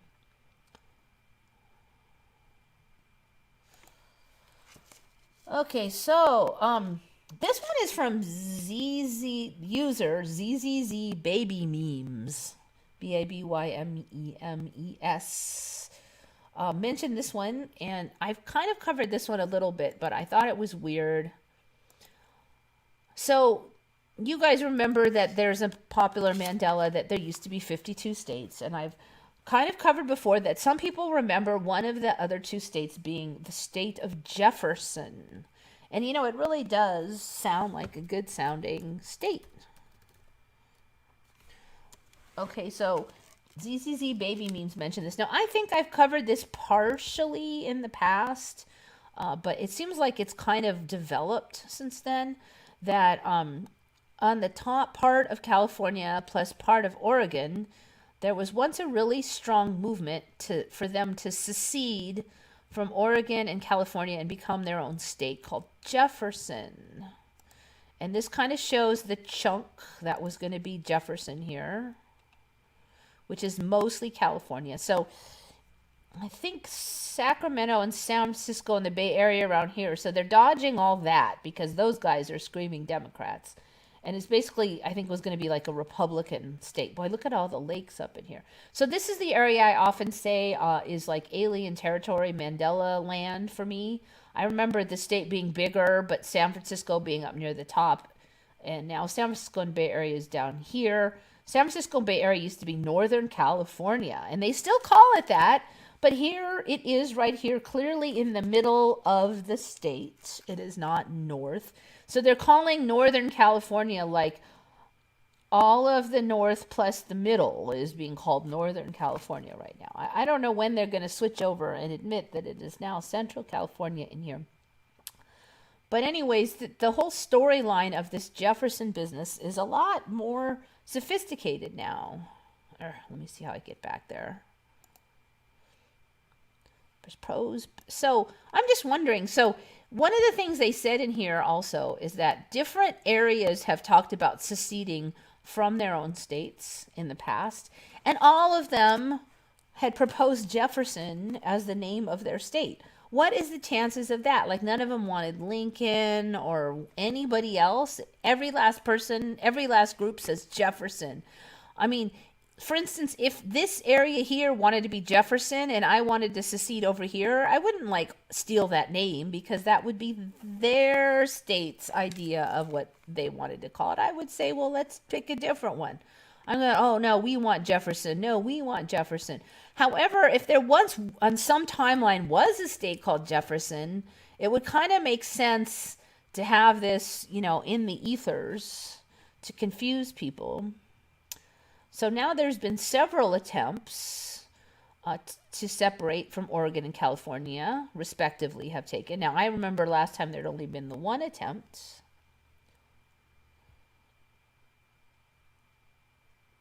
Okay, let's see.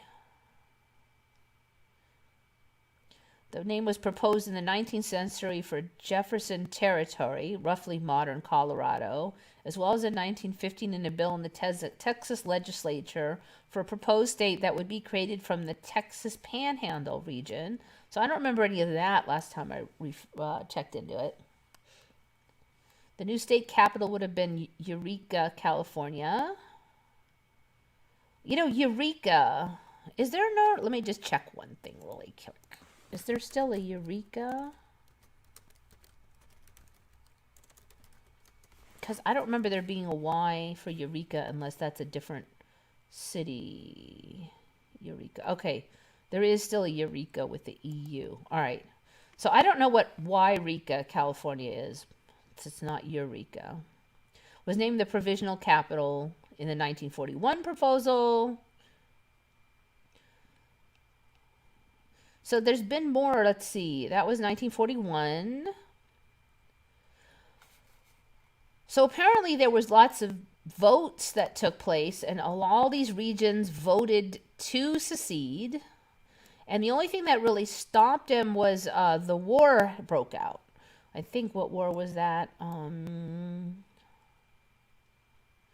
So first, the mayor of Gable, who I guess was behind a lot of it, died.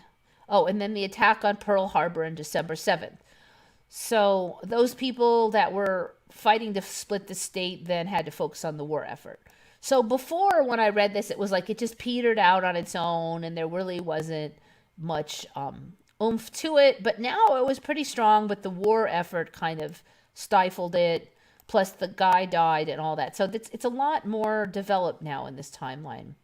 And I don't know, we're going to get a Jefferson later because things are so weird now. I really wouldn't be surprised the way the divisions are if we do get some seceding.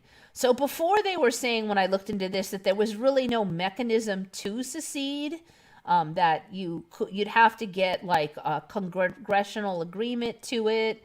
But then in here they were saying that there was a method you could do it.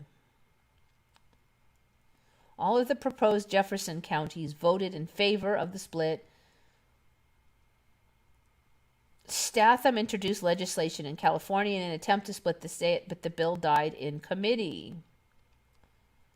In the 1990s, they started it again. Gathered an extensive collection, verbal and written accounts. They published a book, The Jefferson Saga.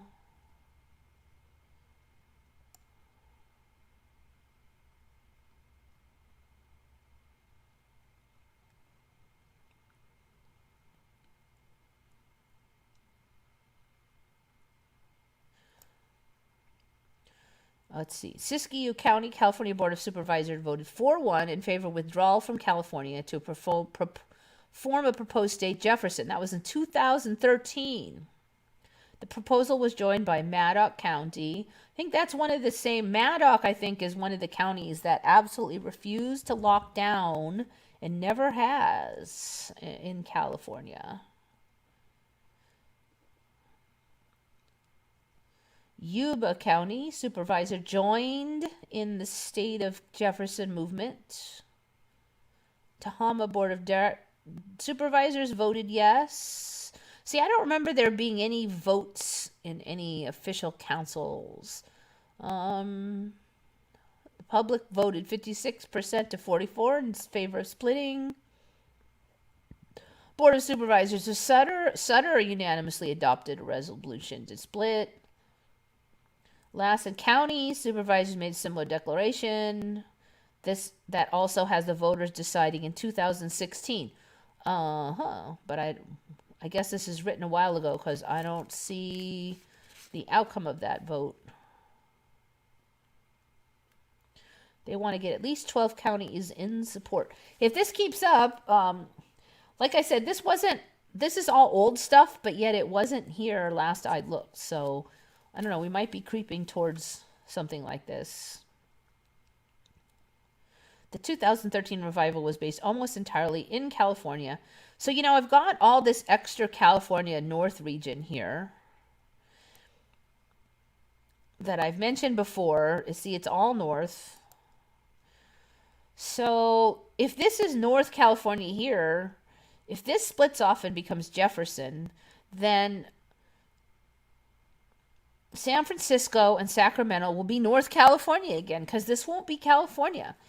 And there will be a Jefferson state.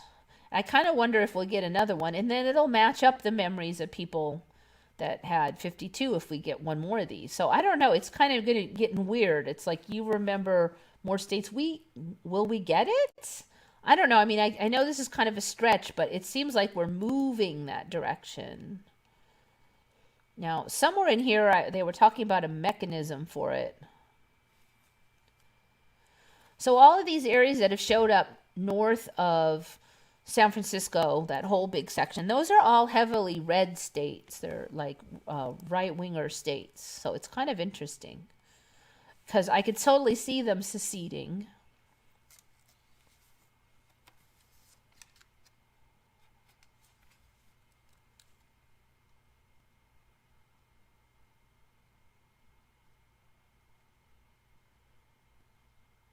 This is the silly flag they had with the double cross. I hope they don't. If they do it, I hope they upgrade that one a little bit.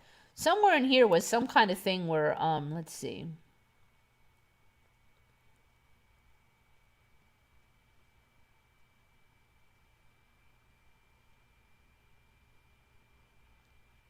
The movement supporting counties could appeal directly to the United States Congress for statehood, similar to how West Virginia was formed, claiming California would be in insurrection and petitioning to rejoin the Union as an independent state. Okay, so basically what they're saying is if there was a Republican president, they could say that California was in insurrection, and therefore we should be allowed to separate. And then they filed a lawsuit alleging that California's 1862 law limiting senators to no more than 40 was unfair for this and that reason, but the case was dismissed. So they still got some legal issues, but it kind of looks like if they had like a majority Republican Congress, they might be able to do it now. So that wouldn't be out of the range of possibility. I mean, Biden's not very popular, so I wouldn't be surprised if we swung the other way to Republican next time, especially if we had a popular or reasonably unhated option. San Francisco is more north in my old reality. Oh, that's weird. Okay, let's look at a California map here. Boink. Yeah, so more north would be mine because... Okay, so that's tricky because basically... Boink. View file. Okay, so for me, Oregon was not above us. It was like over there. And then we had all of that territory. California did. We had almost the whole West Coast here, except for what Mexico had. So we had all of Oregon, and Washington finger was small. It was a small little finger. We almost touched the Canadian border. Okay, so the state itself has shrunk a lot. So I almost want to say that it's not really that San Francisco moved. It's that a lot of the state went away.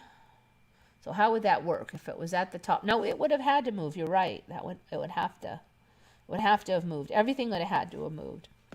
Okay, I take it back. I don't know what I'm saying. Ignore me. But yeah, I remember San Francisco being like around here. And then there was just a little bit more, and then you'd get up to Washington, not Oregon, Washington. I believe Oregon was around here, and Nevada was like over here, and then Arizona was still over here. I kind of remember Arizona maybe having more right there, though. Being the actual, I don't think it's giving the county names in here. But there was a Shasta County, and I think that's the one I remember, and the rest all sound weird. I think there's even one called Nevada County in here. I'm like, no, that belongs to Nevada, but... So yeah, alien lands, Mandela lands. Yeah, a lot of people also remember there'll be a little bit more space between San Diego and the bottom border, and I agree with that too. When I moved here, I remember there's being a space on the map, and now, no, there is not.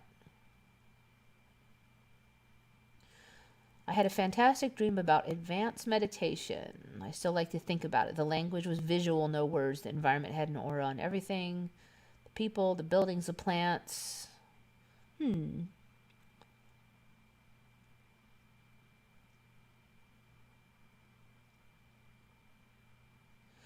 Yeah, so yeah, Aquatic Trust is talking about out of body, got out into areas similar to outer space. Yeah, that's kind of how more it is. You know, you just see stuff, you experience stuff, but you don't, I don't really have, I haven't heard a lot of people saying, you know, I encountered a spirit being and they said blah, blah, blah. And yeah, that just doesn't seem to be how it works. Now, drug trips, like psychedelics, you will experience things like that, but...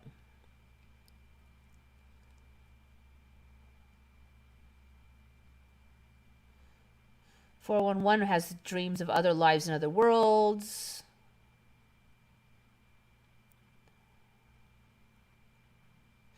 I think Svetlana was talking about that, to optimize your positive frequency and rise above the gate.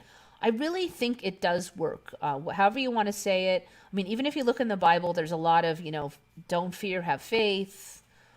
It says it so much in the Bible. Do not fear, do not fear.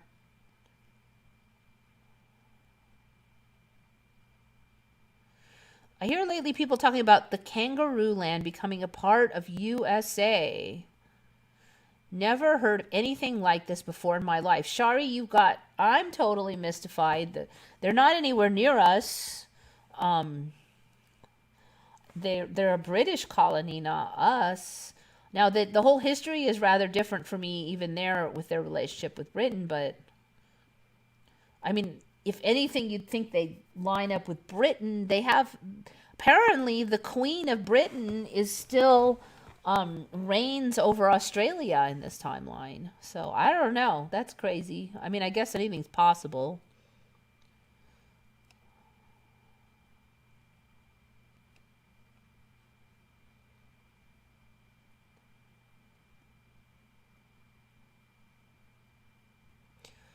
Okay, so where am I? Jefferson.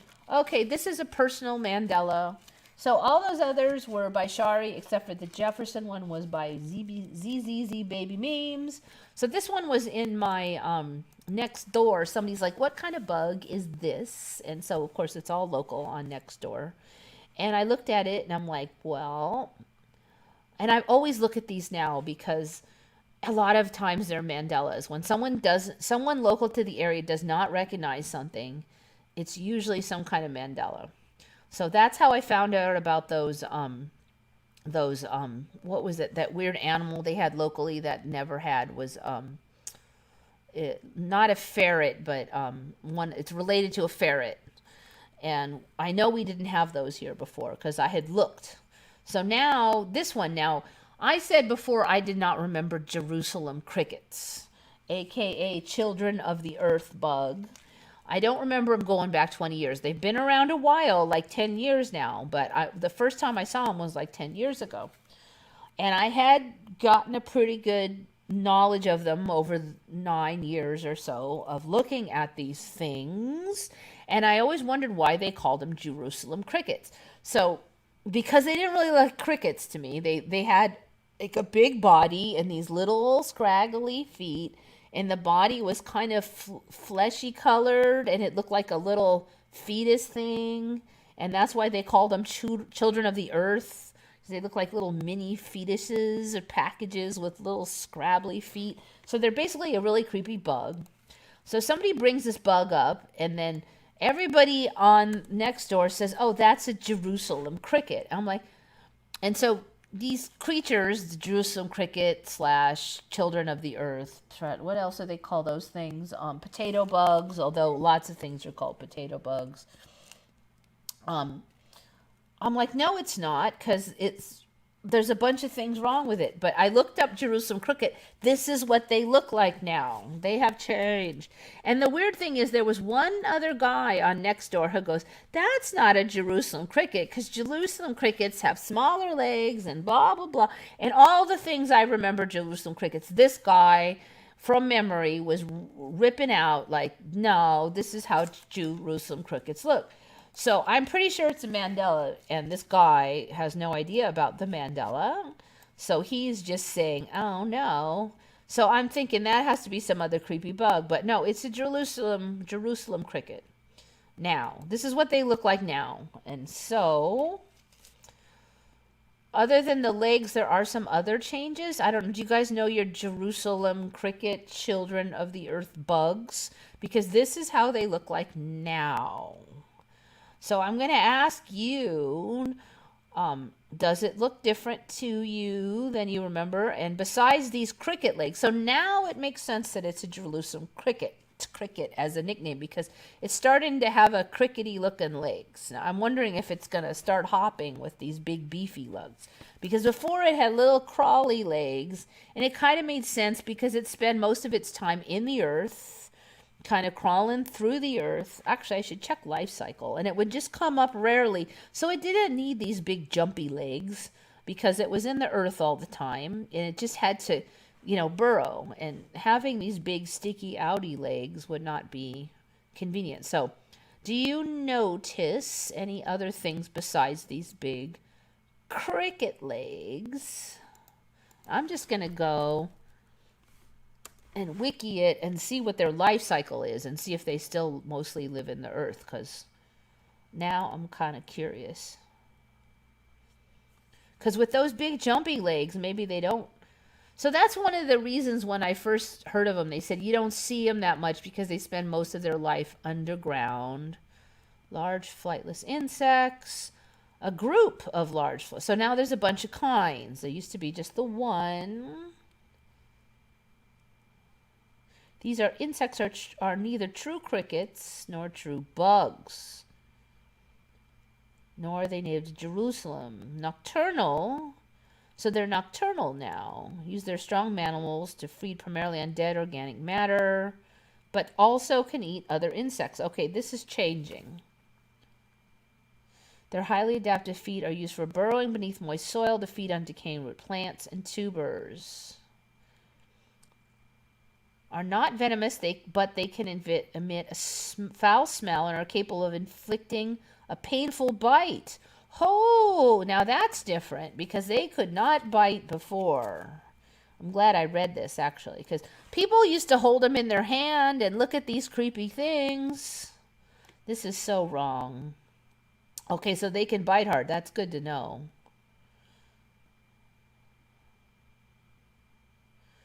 All right. Ooh. So they used to say, oh, they're harmless and they just eat dead stuff.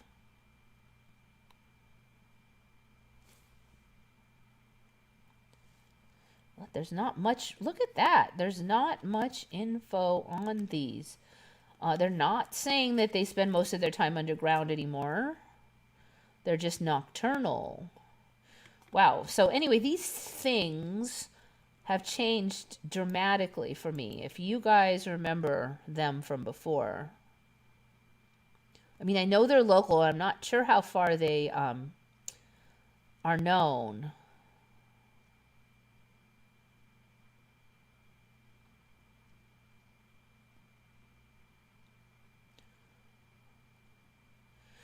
Considering that the land down under was a freed penal colony, there's that word again, I don't understand why they would still be associated with Britain. Yeah, so, for me, they just used to throw the prisoners on the island and dump them there, but they didn't control the island. Great Britain didn't.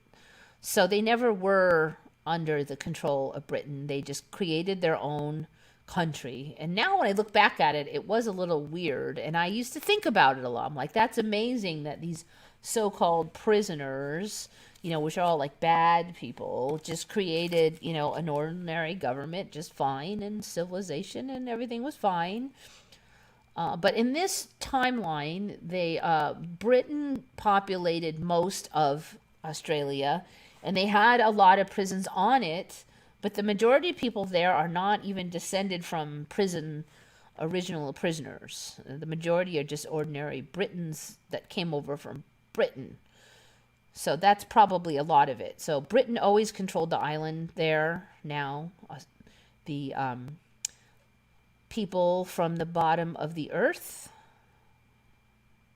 Kangaroo land. So it makes more sense now that they're associated with Britain, to me, in Kangaroo Land. Potato bugs, fly grasshopper. Never seen this creature before. Okay, Shari, I really wouldn't expect you to because it's not on your territory, but... I mean, I can't stand digging up them Jerusalem beetles. Yeah, you don't really dig them up anymore, apparently. They burrow a little bit, but... They look even more alien than when I last saw them.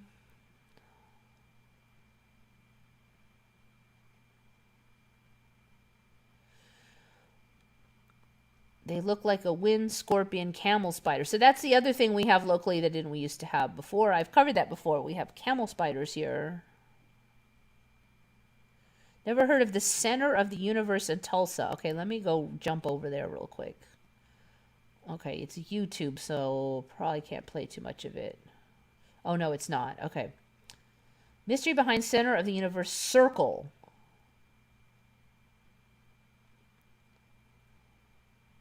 Tracks 10,000 tourists.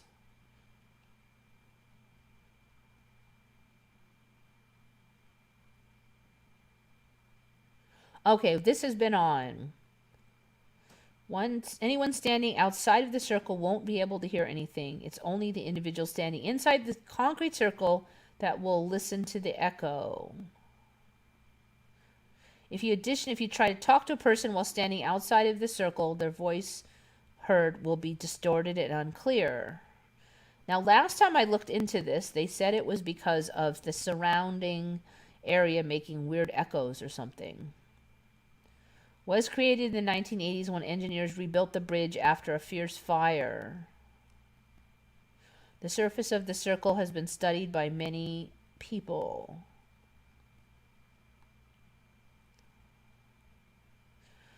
Some said it was the planar walls that surround the circle. Okay, so it's not really established what it is. That has been on. I'm just trying to look at an image.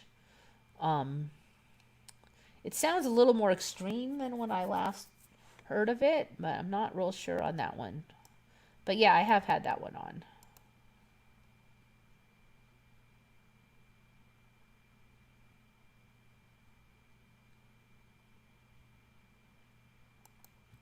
All right, here's another YouTube. Uh-oh. Looks like I've got...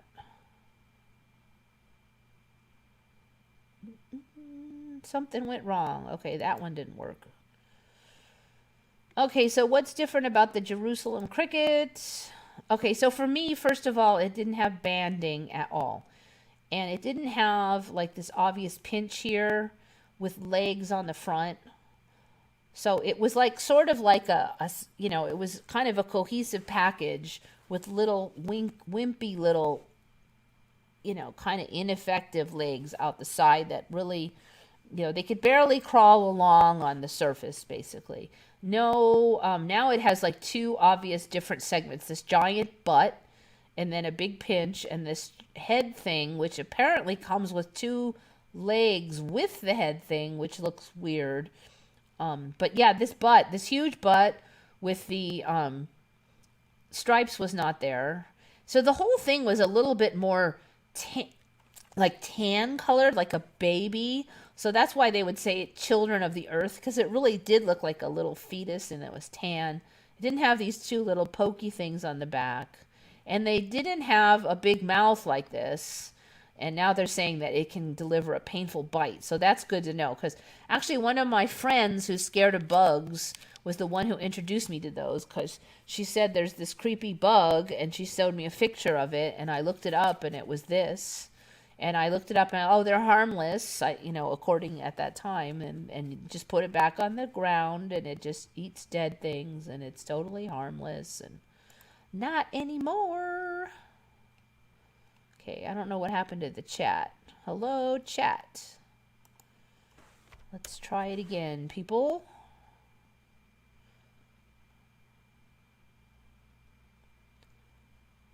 See if it loads. There we go.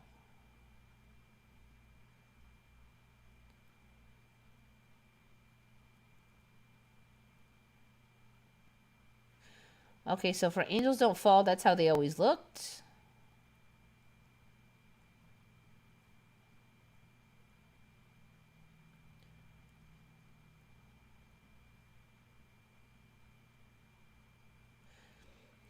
All right, see. Aquatic Trust, it looked to me before as being like a little head and a cricket body. Little head, but that looks like a wasp body. Okay, I don't know.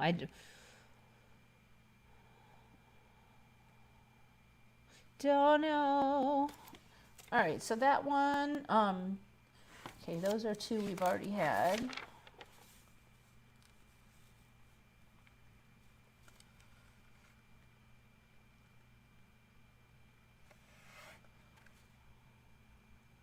Oh, okay. This one is from Biker Babe 2009. She's one of the regular commenters. So apparently something weird's going on in Wisconsin with the lilacs, and it's all over the Wisconsin boards. And the story is that they're blooming a second time. So I'm going to run to facebook.com. I don't know if I'll find the same one I found before.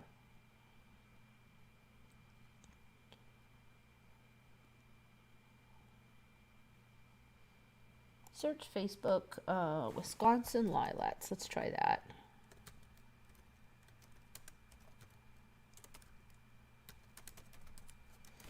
This is not the exact search I did before, but...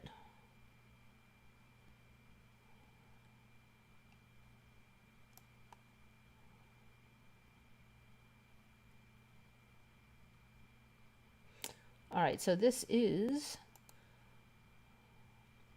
All right, looks like I saw Minnesota is also getting it. First time in my life to have a lilac bloom in the fall. So they're saying that they bloomed in their normal time, which I believe is spring, and now they're all... So people all over Wisconsin, and I saw some mention under Minnesota.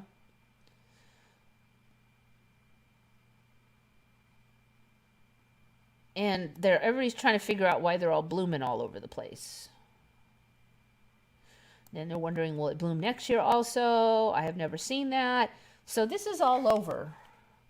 And if you read some of them, they're also saying, okay, let's see. Lilac trees in bloom here in Wisconsin and Minnesota.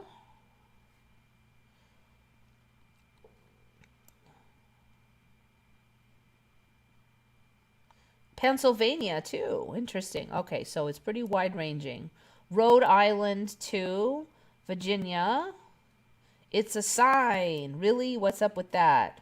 I noticed that yesterday and lots of green buds on them. Talk about confusing. Someone's guessing they're under stress, but I think it's a Mandela effect.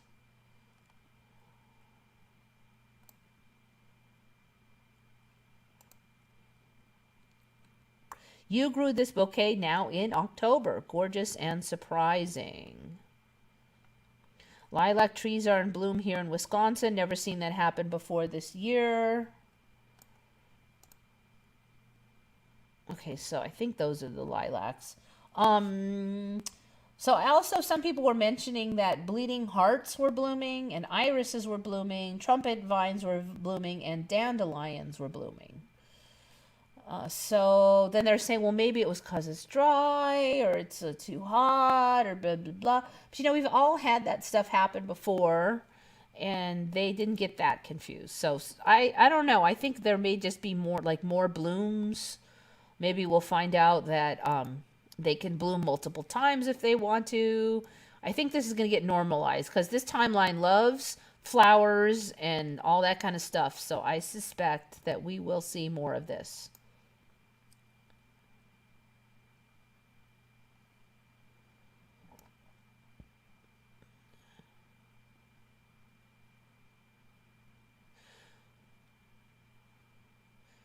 Has anybody else had their lilac bloom in August? Mine got snowed on, and we had a hard frost after they were budded out. All summer they looked like they were dead.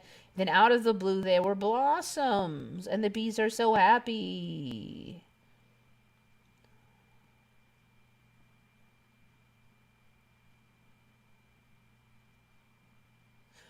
So they've already bloomed once this year. That's what's extra weird about it. So I've heard, in recent decade, they would say, oh, if a tree is going to die, it might bloom really hard the last time. But this is the second blooming. So it's already done its first blooming. I've never seen this before. Midsummer leaves browned and curled, dropped off. I thought they were dead. Then new growth came out a couple weeks later, and now flowers. So apparently there's not even a lot of leaves, but they came out with flowers first. And then are they going to bloom next spring or are they not going to? Well, they just bloomed this spring and then bloomed again. It's all very strange. They didn't even apparently have buds or anything on them because they looked like they were dead.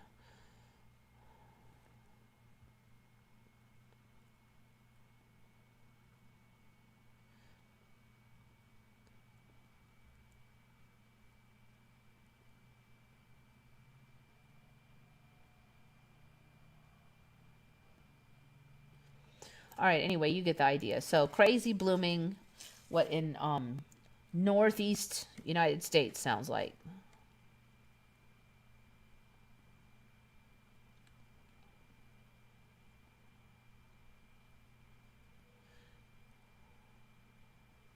Weird weathers around the world. No wonder the flora and fauna are playing mad. I don't know. The thing is, we've had weird years many times in my past, and none of this stuff ever happened. None of it. Not even a tad. So I really think it's more Mandela related. And then people look for a reason. Okay, it must have been, XYZ. Because you can't just go, it's a mystical change in the DNA of the plant. People are not going to go for that one. Late blooming. So they're not late blooming because they bloomed in the spring like they're supposed to. And then they rebloomed in the fall. So they're second blooming. You could say they're early blooming, but we don't know what they'll do in the spring again. I'm kind of betting they're going to get blooms in the spring. People are saying, oh, well, now they won't bloom in the spring. I bet they will. Because people are saying there wasn't buds on them for like months, and then they grew buds really fast and then bloom. So it's not like if they could do it once, they could do it again for spring, basically. All our summer green peppers did not produce any peppers. In the last 2 weeks, it's pumping out green peppers at a ridiculous rate, between 10 and 20 in a short amount of time. It's crazy. Yeah, I'm talking to gardeners up, on some of the videos in the UK, and they're like, some stuff that always did blah is doing great. Stuff that usually does great is doing blah. And they're watering and stuff. So usually if you just get a decent amount of water and something, it's going to grow. But it's just been weird, really, really weird.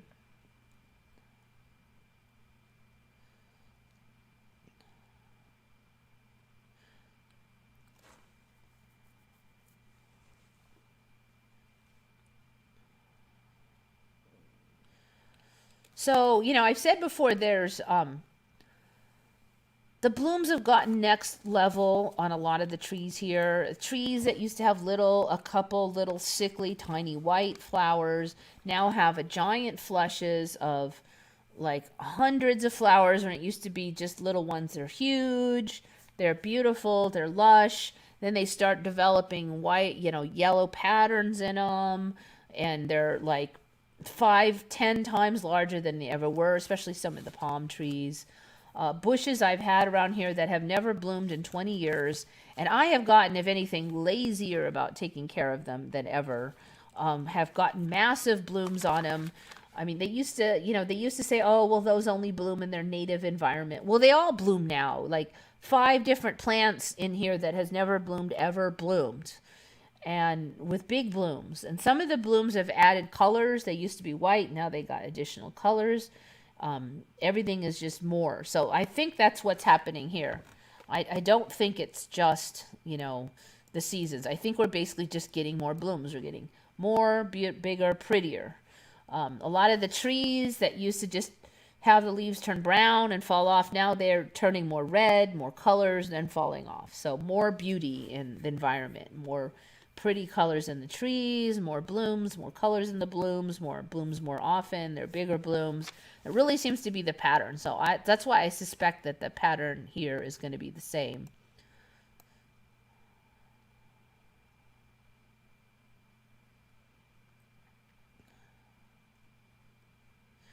They also say trees are the only creatures connected to the world outside of this 3D madness. Could be. And 5 years from now, they'll say, oh, well, if plants are happy, they'll bloom twice. It'll be like a thing, so just keep your ears open, because when stuff starts, it starts like this. And then 3 years down the lane, they'll go, oh, some varieties of lilac are double bloomers. And didn't you know that? That's going to be the story. Or if it's warm at certain time, a lot of plants will bloom twice. Hey, why not? There's going to be some stories like that, and it's become normalized.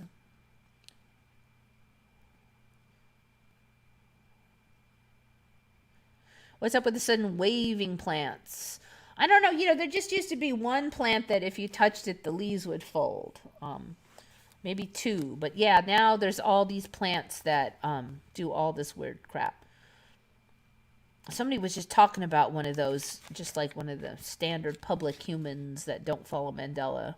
I didn't actually dig that one up, but there's so many weird things like that. Okay, so next question. Joan Rivers. Many of you may recall her death was a little bit dramatic. She went in for a medical procedure, and that resulted in her death. This is still true. So now the question for you is, was the medical procedure A, vocal cord biopsy, or B, plastic surgery? Which procedure did she go in for that resulted in her death? So that's the question for you, and then I'm going to move on to another one.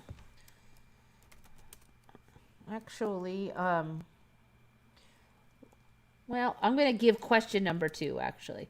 All right, the famous food pyramid. This is question number 2. If you don't know the answer to question number 1, you could try the question number 2. So I don't know. This is what I can say for the USA, and maybe other countries it'll be different. So this has got to be a USA centered one. Okay, so the famous food pyramid, which I recall, it has different versions, but the original version was like this. This is this, for those of you who don't know American food pyramid, it was basically an early version of how they would suggest that we eat for health. I mean, I dispute the correctness of it, but basically it said, on the bottom of the pyramid, you eat mostly carbohydrates, breads and cereals. And then the second most popular thing is fruits and vegetables. You should eat a lot of those. That's okay. And then the less amount of eating should be meats and fish. And they also had dairy. I think there was dairy up here, actually. I don't think meats and fish and dairy were together. I think there was another level that was dairy. It actually might have been dairy and then meats, because I think meats were up here. And then at the top was like oils and fat, like desserts and stuff like that. But I don't remember dairy mixed with meats. It might have been. It might have been. It does look right with 4 levels. Okay, so meat and dairy. I'm going to say yeah. Meat and dairy. So in, recent years they said, "Oh, I don't know about all these vegetables and stuff." But the real question is for the USA, when do you remember first encountering approximately when do you remember first encountering this food pyramid concept when they were pushing it? And it was pretty hardly pushed in school. I mean, I don't think a year went by when you didn't learn. They didn't devote time to the food pyramid and healthy eating. So there's a couple versions of this now where maybe the fish will be over here and the dairy there, but it's still a food pyramid, and it generally always has the carbs on the bottom and then some vegetables here, and there might be some arguments in there, but it's still a food pyramid. When did you first learn about, see, approximately the food pyramid? That's question number 2. Because I think you may be a little surprised at the current answer.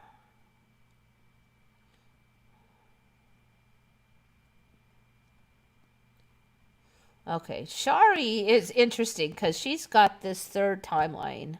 I think, was that you said that earlier? I was talking to you. Okay. Shari is like a mixed timeliner here. Gary Redby remembers lump on the vocal cords. Shari remembers lump on the vocal cords, but then decided to do plastic surgery.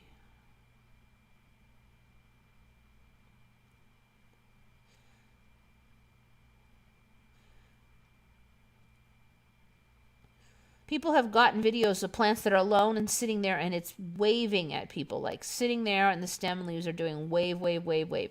Okay, so I saw that one of those on Mr. MBB 333, that channel. And so there was basically there was a tree, and one of the branches just moved like this all the time. So my feeling when I saw that was it probably had some kind of special aerodynamic.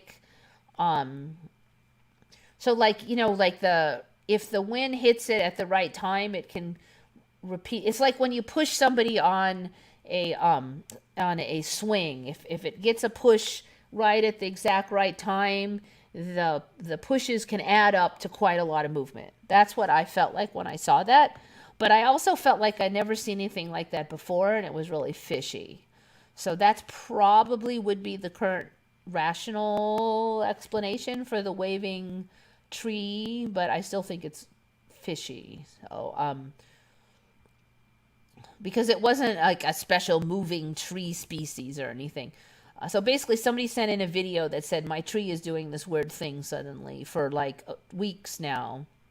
A food pyramid is upside down. It's upside down.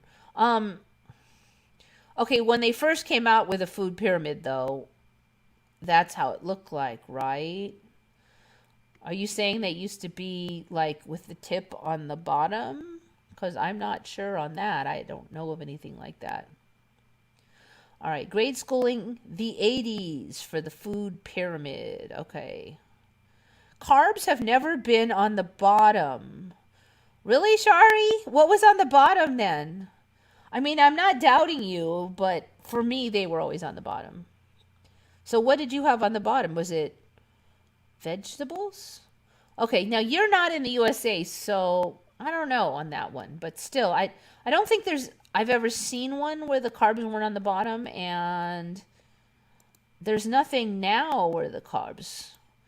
So there was a point later when I remembered them trying to push this one, but it was later. It was quite some time after the food pyramid came out. They said, oh, no, we really should probably have more of the other stuff and less carbs. But look, the milk is really represented in this one. That's interesting. Meat and beans. So they tried to change it up a little here, but I don't think that lived very long, that push. But the original one for me was always, oh, maybe this one. Okay, this is the new food pyramid. So this one I believe they're definitely saying is later. Vegetables on the bottom, grains here. Plant oils there. That's a lot of them. I wonder if this is restrict red meats, restrict food of high sugar, dairy. So this must not be. I don't think that's a mainstream one. I'm thinking this is some kind of. Huh. The Spanish Society for Community Nutrition is no exception. All right, this is definitely totally different than I've seen, but it might only be in Spain. And, you know, Shari, if it's a newer thing that you've seen it, maybe you saw this Spanish one. Once I show the timeline, then we'll sort some of these questions out. Oops, missing. This is interesting because they've got all the carbs laid out here. I kind of like that style.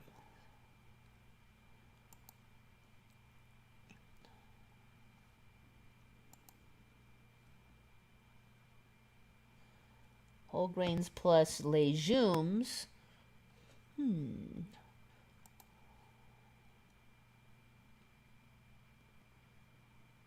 It's upside down. Seriously? So for you, there was a food pyramid that was the other way? I'm not finding any image. Oh, I lied.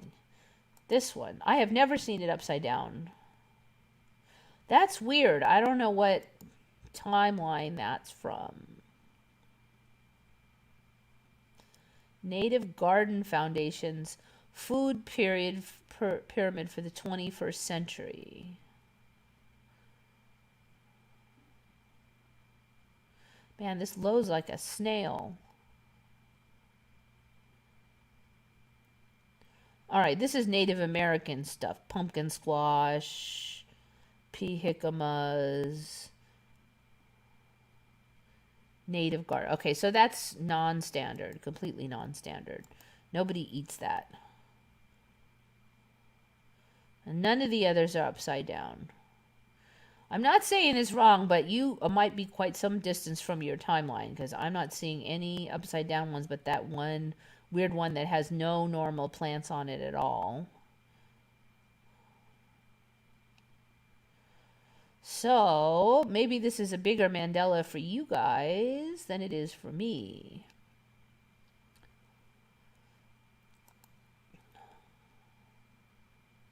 That's interesting because a bunch of yous are saying it's upside down.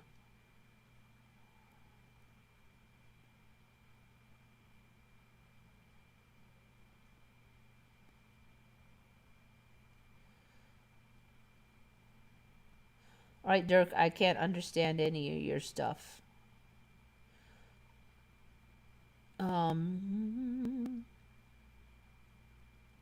20 years ago, when I was in kindergarten. So 20 years ago, that would be the year 20.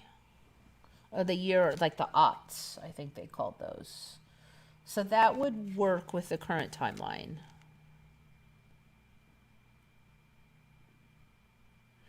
There was a video I saw how the lady grabbed the plant and stopped it and let go, and it went right back to waving, and none of the other plants were waving. That's interesting. So that would be against the wind thing because it would take a while to rebuild. That's interesting. So they probably would say something about maybe pressure buildup in the wood or something, but wonder if anything could be found.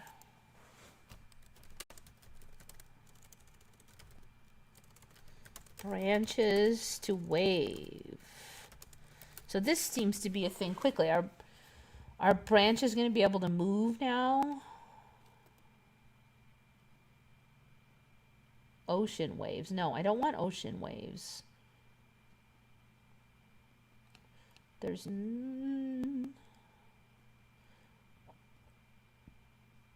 it's branch drop syndrome. All right. I don't think you're going to find it easily.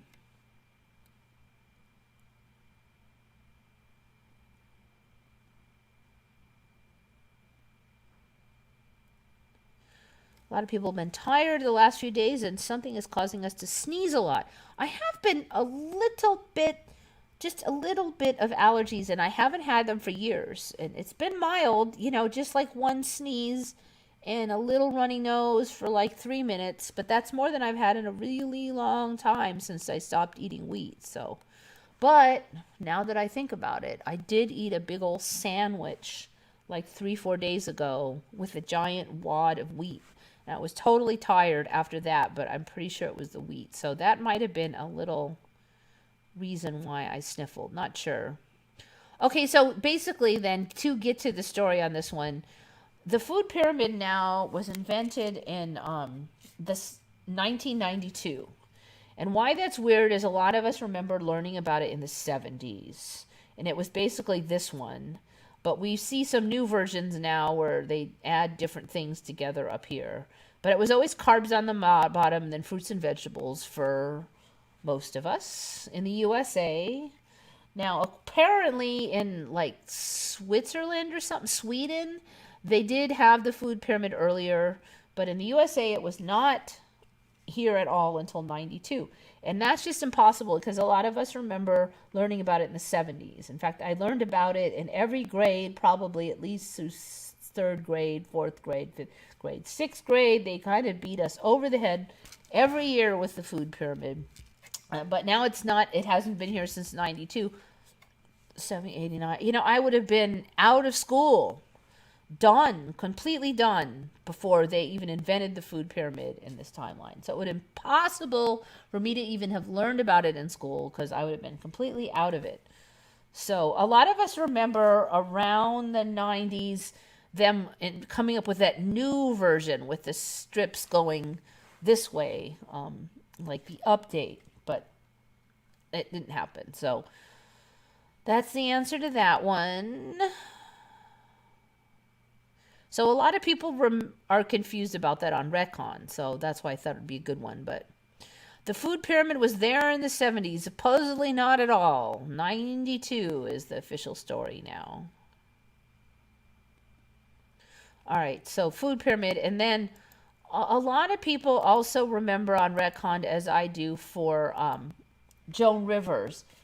I remember her going in for plastic surgery. It was planned ahead. And then she went and had, like, she basically just died on the table. She become unresponsive, blood pressure dropped, blah, blah, blah, and she just died.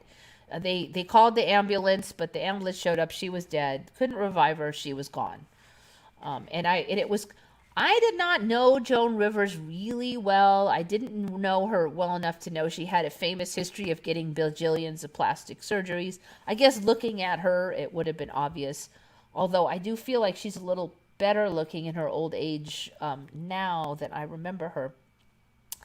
So this timeline, she went in to have her vocal cords looked at.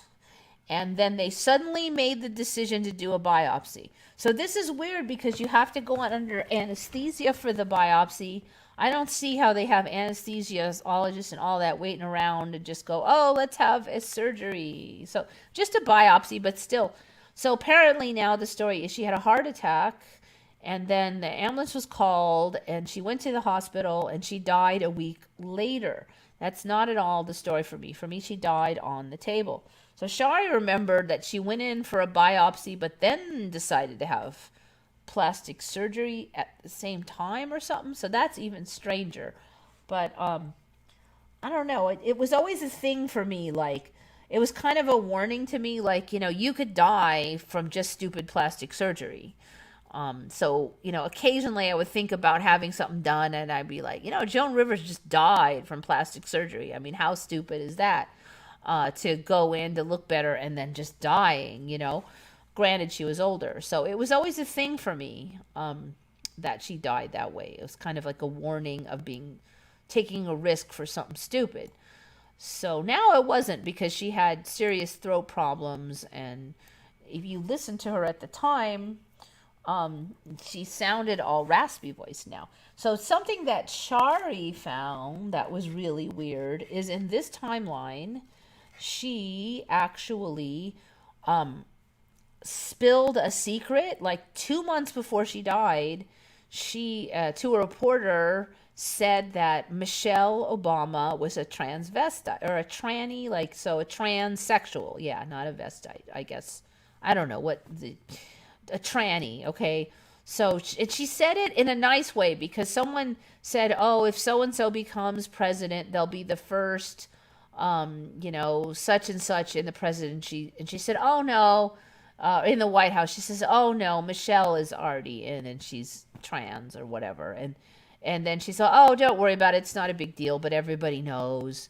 And so apparently, Joan Rivers was a big advocate of LGBTQT and was, friends with them. So when she said it, she wasn't saying it maliciously, like, "Oh, Michelle Obama's just a tranny" or anything. She wasn't saying that at all. She's just saying, well, everybody knows that, and it's not a big deal. It's fine. And so people, I guess, in the current timeline, there's a rumor that she was killed for spilling the beans, basically. So I never heard of that either. So it's just interesting. So, I assume that all this tranny rumor and stuff was because faces changed and women look more masculine now. And you can't tell easily like you used to. But I don't know, maybe everybody talking about trans people being secretly trans, maybe they are secretly trans. I mean, people that I don't think they were before, but they do look more like it now. Maybe they really are it now in this timeline. Maybe if we think about it enough and enough people believe it, it like becomes true. I don't know. So Shari remembers they made a very attractive suggestion for plastic surgery.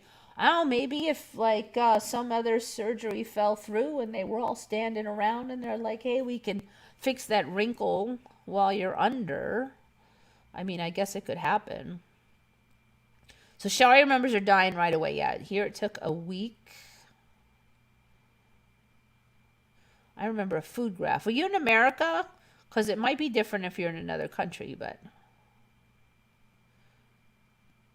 I remember the food pyramid somewhere around fourth grade, but that was the 80s. Yeah, see, 92 is too late.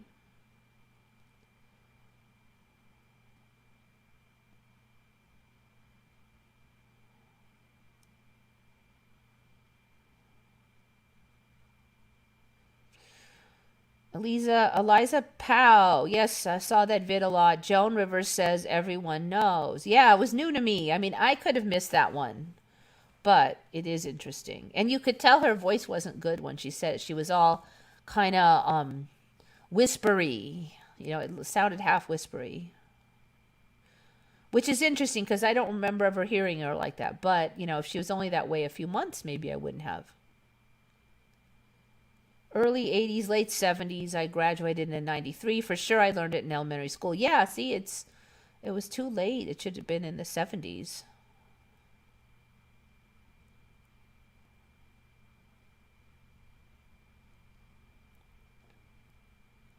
I can't relate to American culture of the past 20 years.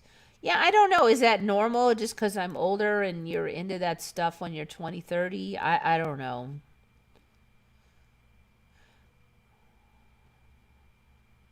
Joan was still active and brash and loud, and then suddenly she died. Yeah, that's how I remember her, and her voice was powerful. So that's why the idea, hearing that video of her with her, she was much gentler and kinder in that video too. And I'm just wondering, maybe I mean, she still got her sharp wit, but she was never a dum dum. I mean, that much you can say. She was very sharp. Definitely brash and loud. It seems like she's a little sweeter in this time. I don't know. Maybe I just got it from that one video, but yeah, strange. Okay, let's see. I think I had one more. One more.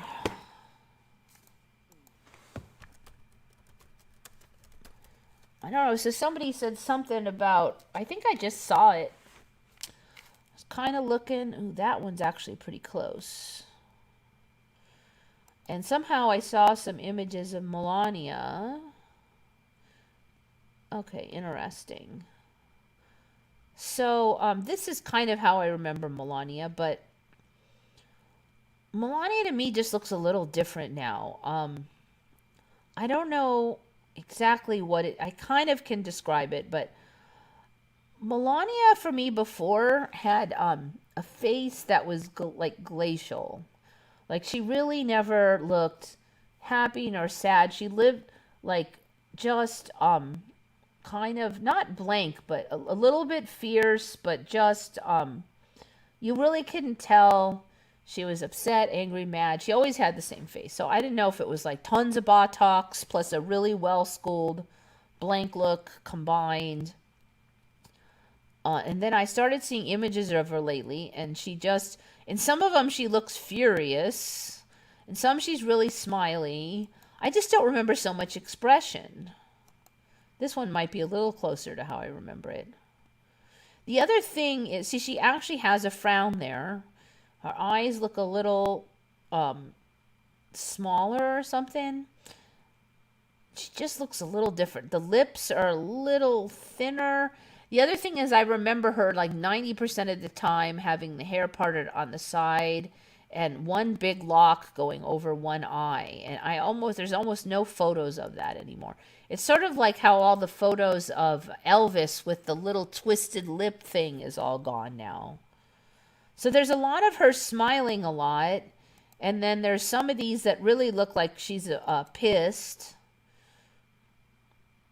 Ugh, missing. Some of them she looks pouty. She just has expression. I also feel like she might have a couple extra wrinkles. It's like she got less Botox or something. See, like, I never saw her. Occasionally you'd get a smile, but there really weren't many images of her. Like, on all of these, she has a hint of expression. She looks like she's smiling there. There she looks like she's got a little frown. But before she had this like neutral look. This might be as close as I can get to it now. But then she should have that hair lock over her eye and she's missing it. So I don't know. It might be subtle, but she just looks a little different to me. Her eyes and her hair. So her hair looks a little limper. I would say it just doesn't quite, it's not, she's still beautiful and it's still pretty good hair, but it used to have a little more oomph to it and then come down just a little bit more. It's kind of subtle, but the way it hangs on her face now is different. I also don't think I remember it nearly that long. Is that hair extensions? Yeah, the hair, it's longer. Because look, she was in during the presidency here. There's more hair there. Look at all that hair. So it used to be, 6 or 7 or quite a chunk of inches less long than that. Ooh, look at, I don't think I've ever seen her hair this long. I want to say it's, I want to say that is extensions, but there's a lot of images of it like that. So yeah, this one, like for here, see, you didn't used to see these wrinkles. It's like she used to have more Botox or something. You could see a little tiny bit over here, but it's like she's just more natural here.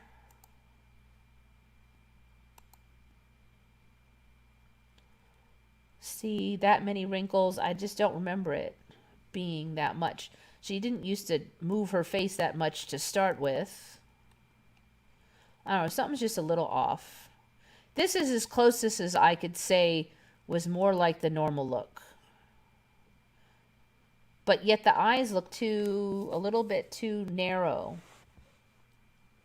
And see, there's that swirl, but she just used to part it more on the side, so I don't know, maybe it's subtle, but it just seems a little off to me. She just looked like a robot to me. She was beautiful, but she was cold and robotic. And I kind of figured maybe she's just in the limelight all the time and she just schooled her face to be like that. And also You know, they used to tell us when we were young, like, don't move your face around a lot because you'll get wrinkles and stuff. So I'm like, well, she was a model and she just gets that, you know, like when you're on the runway, they get that cold look. I'm like, that's just how she just keeps that model face on all the time.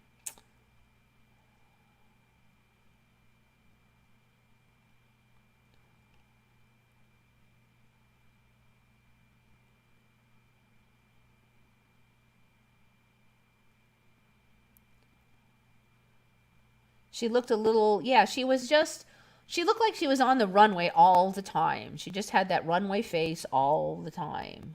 I actually, you know, it was a little spooky, but then it was kind of convenient because nobody would ever know what she was thinking. She didn't have to put on any kind of act. She just blanked her face out like all the time.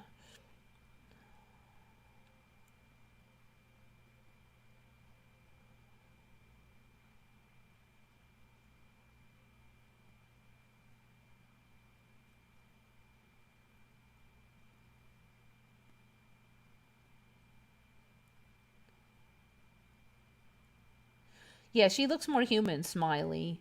I don't know, way less Botox, way less. I'm like, I always used to kind of wonder, I'm like, did she have like so much Botox that she can't move her face? Because that can happen if you get a lot.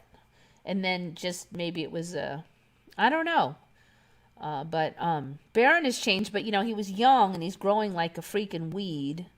And he's ridiculously tall. Kids get so ridiculously tall at such an young age now. So I don't know. I guess you could go back and look at the old Baron. He's inhumanly tall, I want to say, but he's not the only human doing that. So, and he's gotten taller than his dad. And you know, how old is he? It's crazy. I have not yet heard Baron Trump's voice. I have tried so many times. Not once has his voice ever been recorded, as far as I can tell. So I keep wondering. I don't know why it bugs me, but I keep wondering what he sounds like. I feel like maybe I get a lot of information from people by their voice, especially if they're not trained professionally. So it's like them. So, yeah, I don't know. Maybe. My hair is all uneven and stuff. I hate that. I don't know. My hair, the last cut just didn't work out. It just doesn't lay good. And I don't know if it's because my hair changed or she did it weird. Because 2 haircuts ago, I had somebody else do it, and she did a horrible job. But now, my regular girl did it, and it still didn't look good. Look at it, it's all, I don't know. I can't make it do anything. It won't behave. I don't know if it's changed or what. Then I thought it would grow out, it look better, but no, it still looks terrible. And I can't really pinpoint anything she did differently. I'm like, ugh. That's the problem. It keeps changing, and then I get a haircut that works, and then it changes, and then I don't know if I have to let it grow longer now. It used to look good when it was short, but now it just looks lumpy. Mr. T's hair color has always been less orange. Okay, let's check out Mr. T.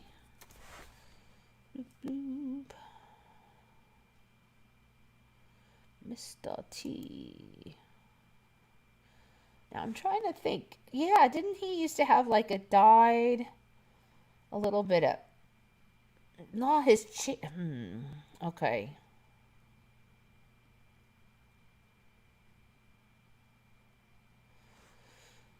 All right, let's look at his younger him. I think we covered before the chains looked like different or more or something. That was like a 5 years ago Mandela effect. Like there's these big ones and stuff. I'm not sure on the hair, frankly. I'm not sure if I can really chime in. We got to look at the old days ones.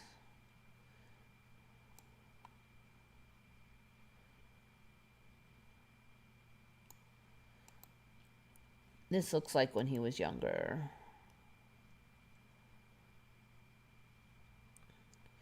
So yeah, definitely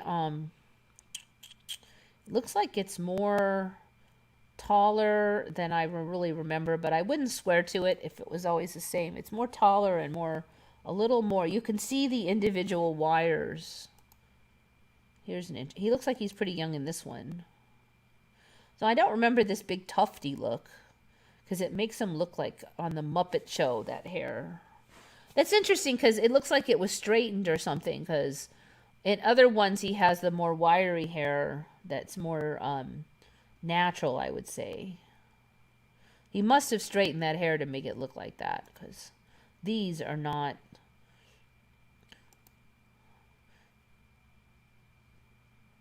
So when African people straighten their hair, it's pretty wild because it's straight, but it's still got that like really good body, so it just goes like crazy.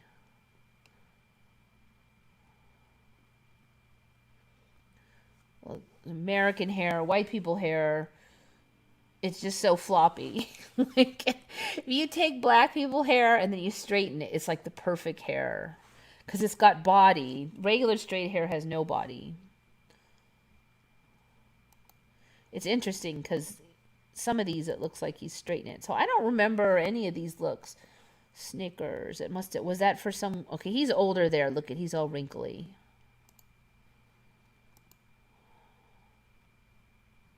Yeah, I don't know.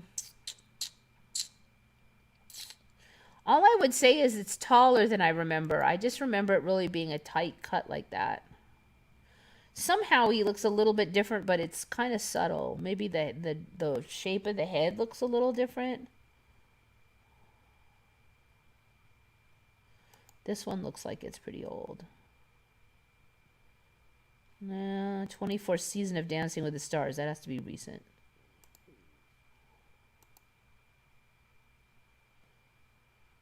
This is old. Yeah, that might be about as I remember it. I don't remember any feathers. That's interesting. I don't remember feather earrings. I don't know, was that standard on a lot of them?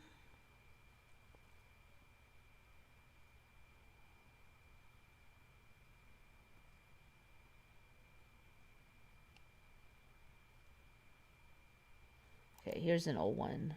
No feathers in that one.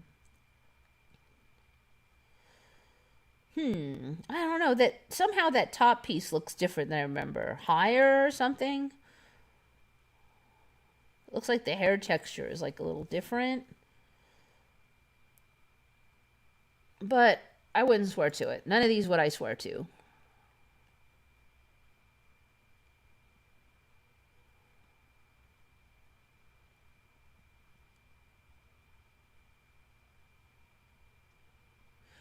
Sia, it's me, has heard Baron's voice. What did it sound like?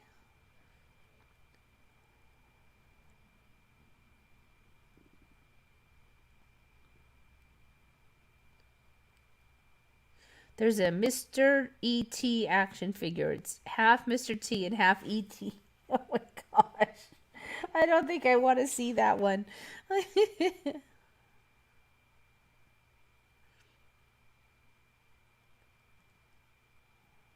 It's high too. His sideburns look ridiculous. I mean, he was always kind of a goofy look, but I don't remember it being that high. Yeah, I know. Shari, it's crazy. You know, and at first it was just about the arm pokes, but now it's like you can't, you gotta be, the things that you can't say just keep spreading. Has the horses changed neck area? You know, I looked at them and I really can't pinpoint too much, only to say that it looks like they had more like vocal cord, like windpipe showing, but the horses, I couldn't really pin anything specifically on the necks. Just that the Arabian horses look weird, but I've had that on before.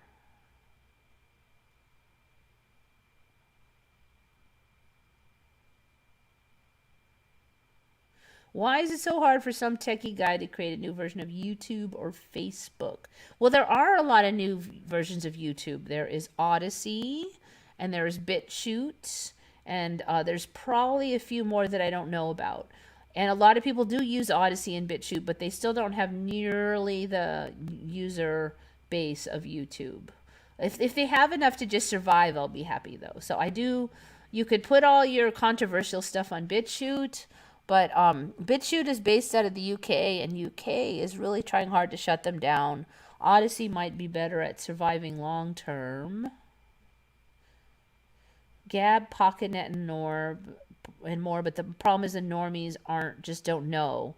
Yeah, I don't know. It's just the trouble is that those other ones are all the people who got kicked off of YouTube or can't speak on there anymore. But that list will be forever growing the way YouTube has been acting. So YouTube has basically created their own. Ooh, $5 from Jay Emblin. Thank you. Very much appreciate it.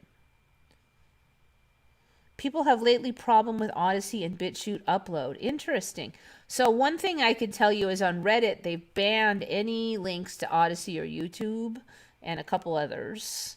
And so you can't, you have to like say .com or like that. You can't just have the link clickable and it's banned.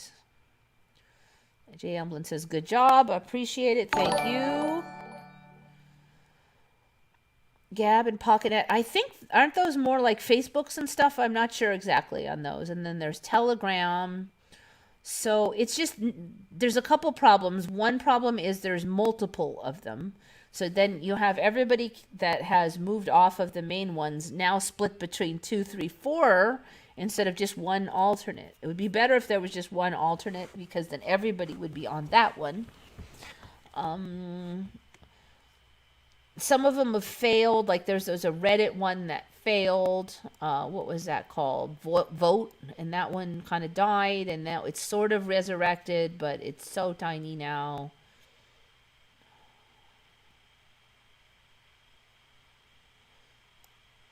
But yes, they exist. We're working on it. It's just, YouTube has what, 20 years or when was it even created? 20 years of content on it, and these are all new. And then used to be on the internet, you would try to make, you try to give links to everything. But now, these New World Order type, I probably shouldn't have said that word, but the new controller factor situation is that they try to block knowledge of these. Like they'll say BitChute is all a bunch of right-wing nuts and terrorists or something.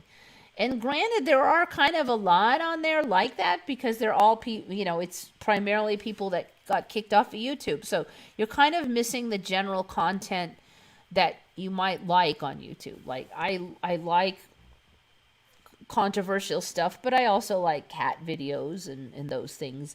So you're kind of missing the cat videos and hours of silly animals and whatever. So I still have to go to YouTube for those generally. But yeah, if you want to find out what is going on in Kangaroo Land, then BitChute or Odyssey or one of those is where you find out. If you're going to make a video on any of the controversial stuff, you're going to do it on BitChute or Odyssey and then tell people about it on there because it'll stay up there long enough for other people to come and look at it. So I don't know about Shari's BitChute Odyssey upload problem. Maybe they're messing, the new controller order might be trying to mess with them that way. I can only pray that they'll be able to stay functioning. It's not like YouTube is without problems because there have been a lot of problems on YouTube. And they're doing a lot of things that we don't like removing links in the conversation, stuff that, and then they have a lot of glitches. And didn't we just have a thing where a bunch of stuff went down? YT went down, a big chunk of the Kangaroo Land server went down. YouTube got rid of a lot of content. Yeah. Rumble. Yeah, I haven't been on there, but I've heard that it's more free.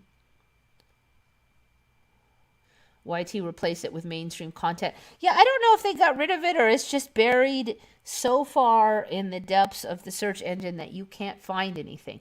Like it used to be, Bit of Venom, that if I wanted to find video of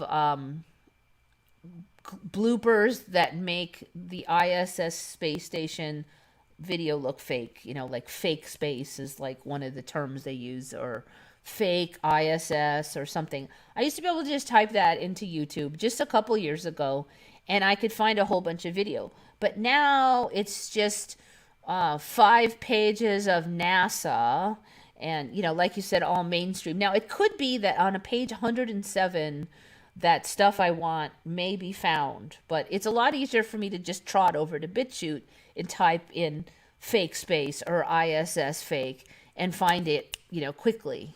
There might be less of it on there, but I won't have to hunt for 5 hours to find it.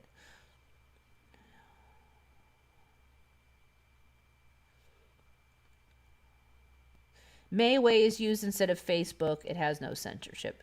Yeah, I'm not a big fan. Many people may like it. I don't really like the layout of Mayway. I find it a little confusing, but I know a lot of people like it, so it's probably worth looking into. Frankly, I'm not a huge fan of the layout of Facebook either, but I've just had enough experience with it that I can finally kind of operate it, but I never really got along. So maybe that's just not, you know, my kind of deal. I don't know.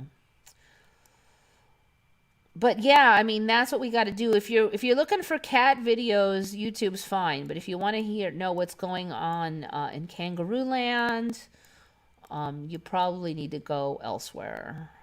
And like I said before, I also do use the search engine called yandex.com, and that is better for those things. yandex.com.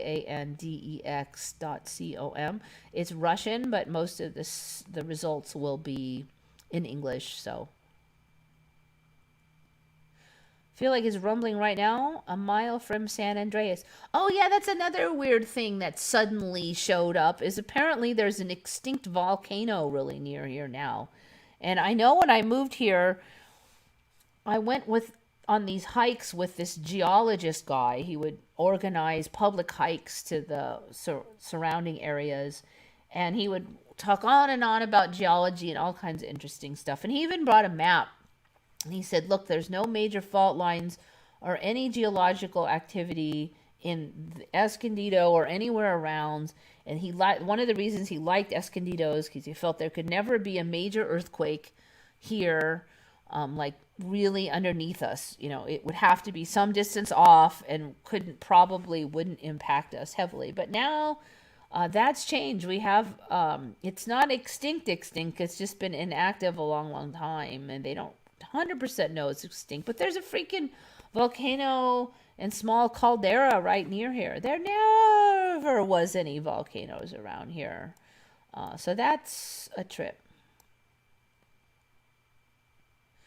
I tried to send €5 to Eva, but it didn't work. So I don't know. The super chat usually works. I haven't used it a ton, but frankly, I don't know. Did it give you an error message? Because I'm not that techie, unfortunately. The company that makes the right new layout will overcome.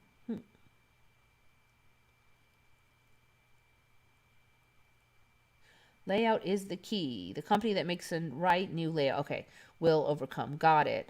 I don't know. So sometimes I'm just kind of weird, though. So everybody else might like the layout, and I don't like it.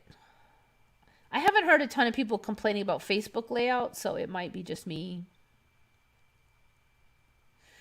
Cat videos, recipes, DIY, and propaganda. That's what YouTube is good for. Yeah, pretty much.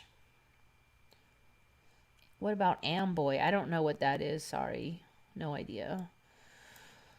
Anyway, I don't know, you know, like I said, look for the good timelines. I don't know everything about how things will sort out to make the better timelines, but if you just hope for the general thing where, you know, people are nicer and happier and freer, and get through those timelines. That's all I can say, you know. Look for the loopholes and work towards the better timelines. Anyway, it's late. I like the old MySpace layout before they ruined it. I was never on there, so I don't know. Can't help you. Anyway, so I'm going to shove off. time for bed. So anyways, think good thoughts, everybody. This is Eva signing off for Once Upon a Timeline.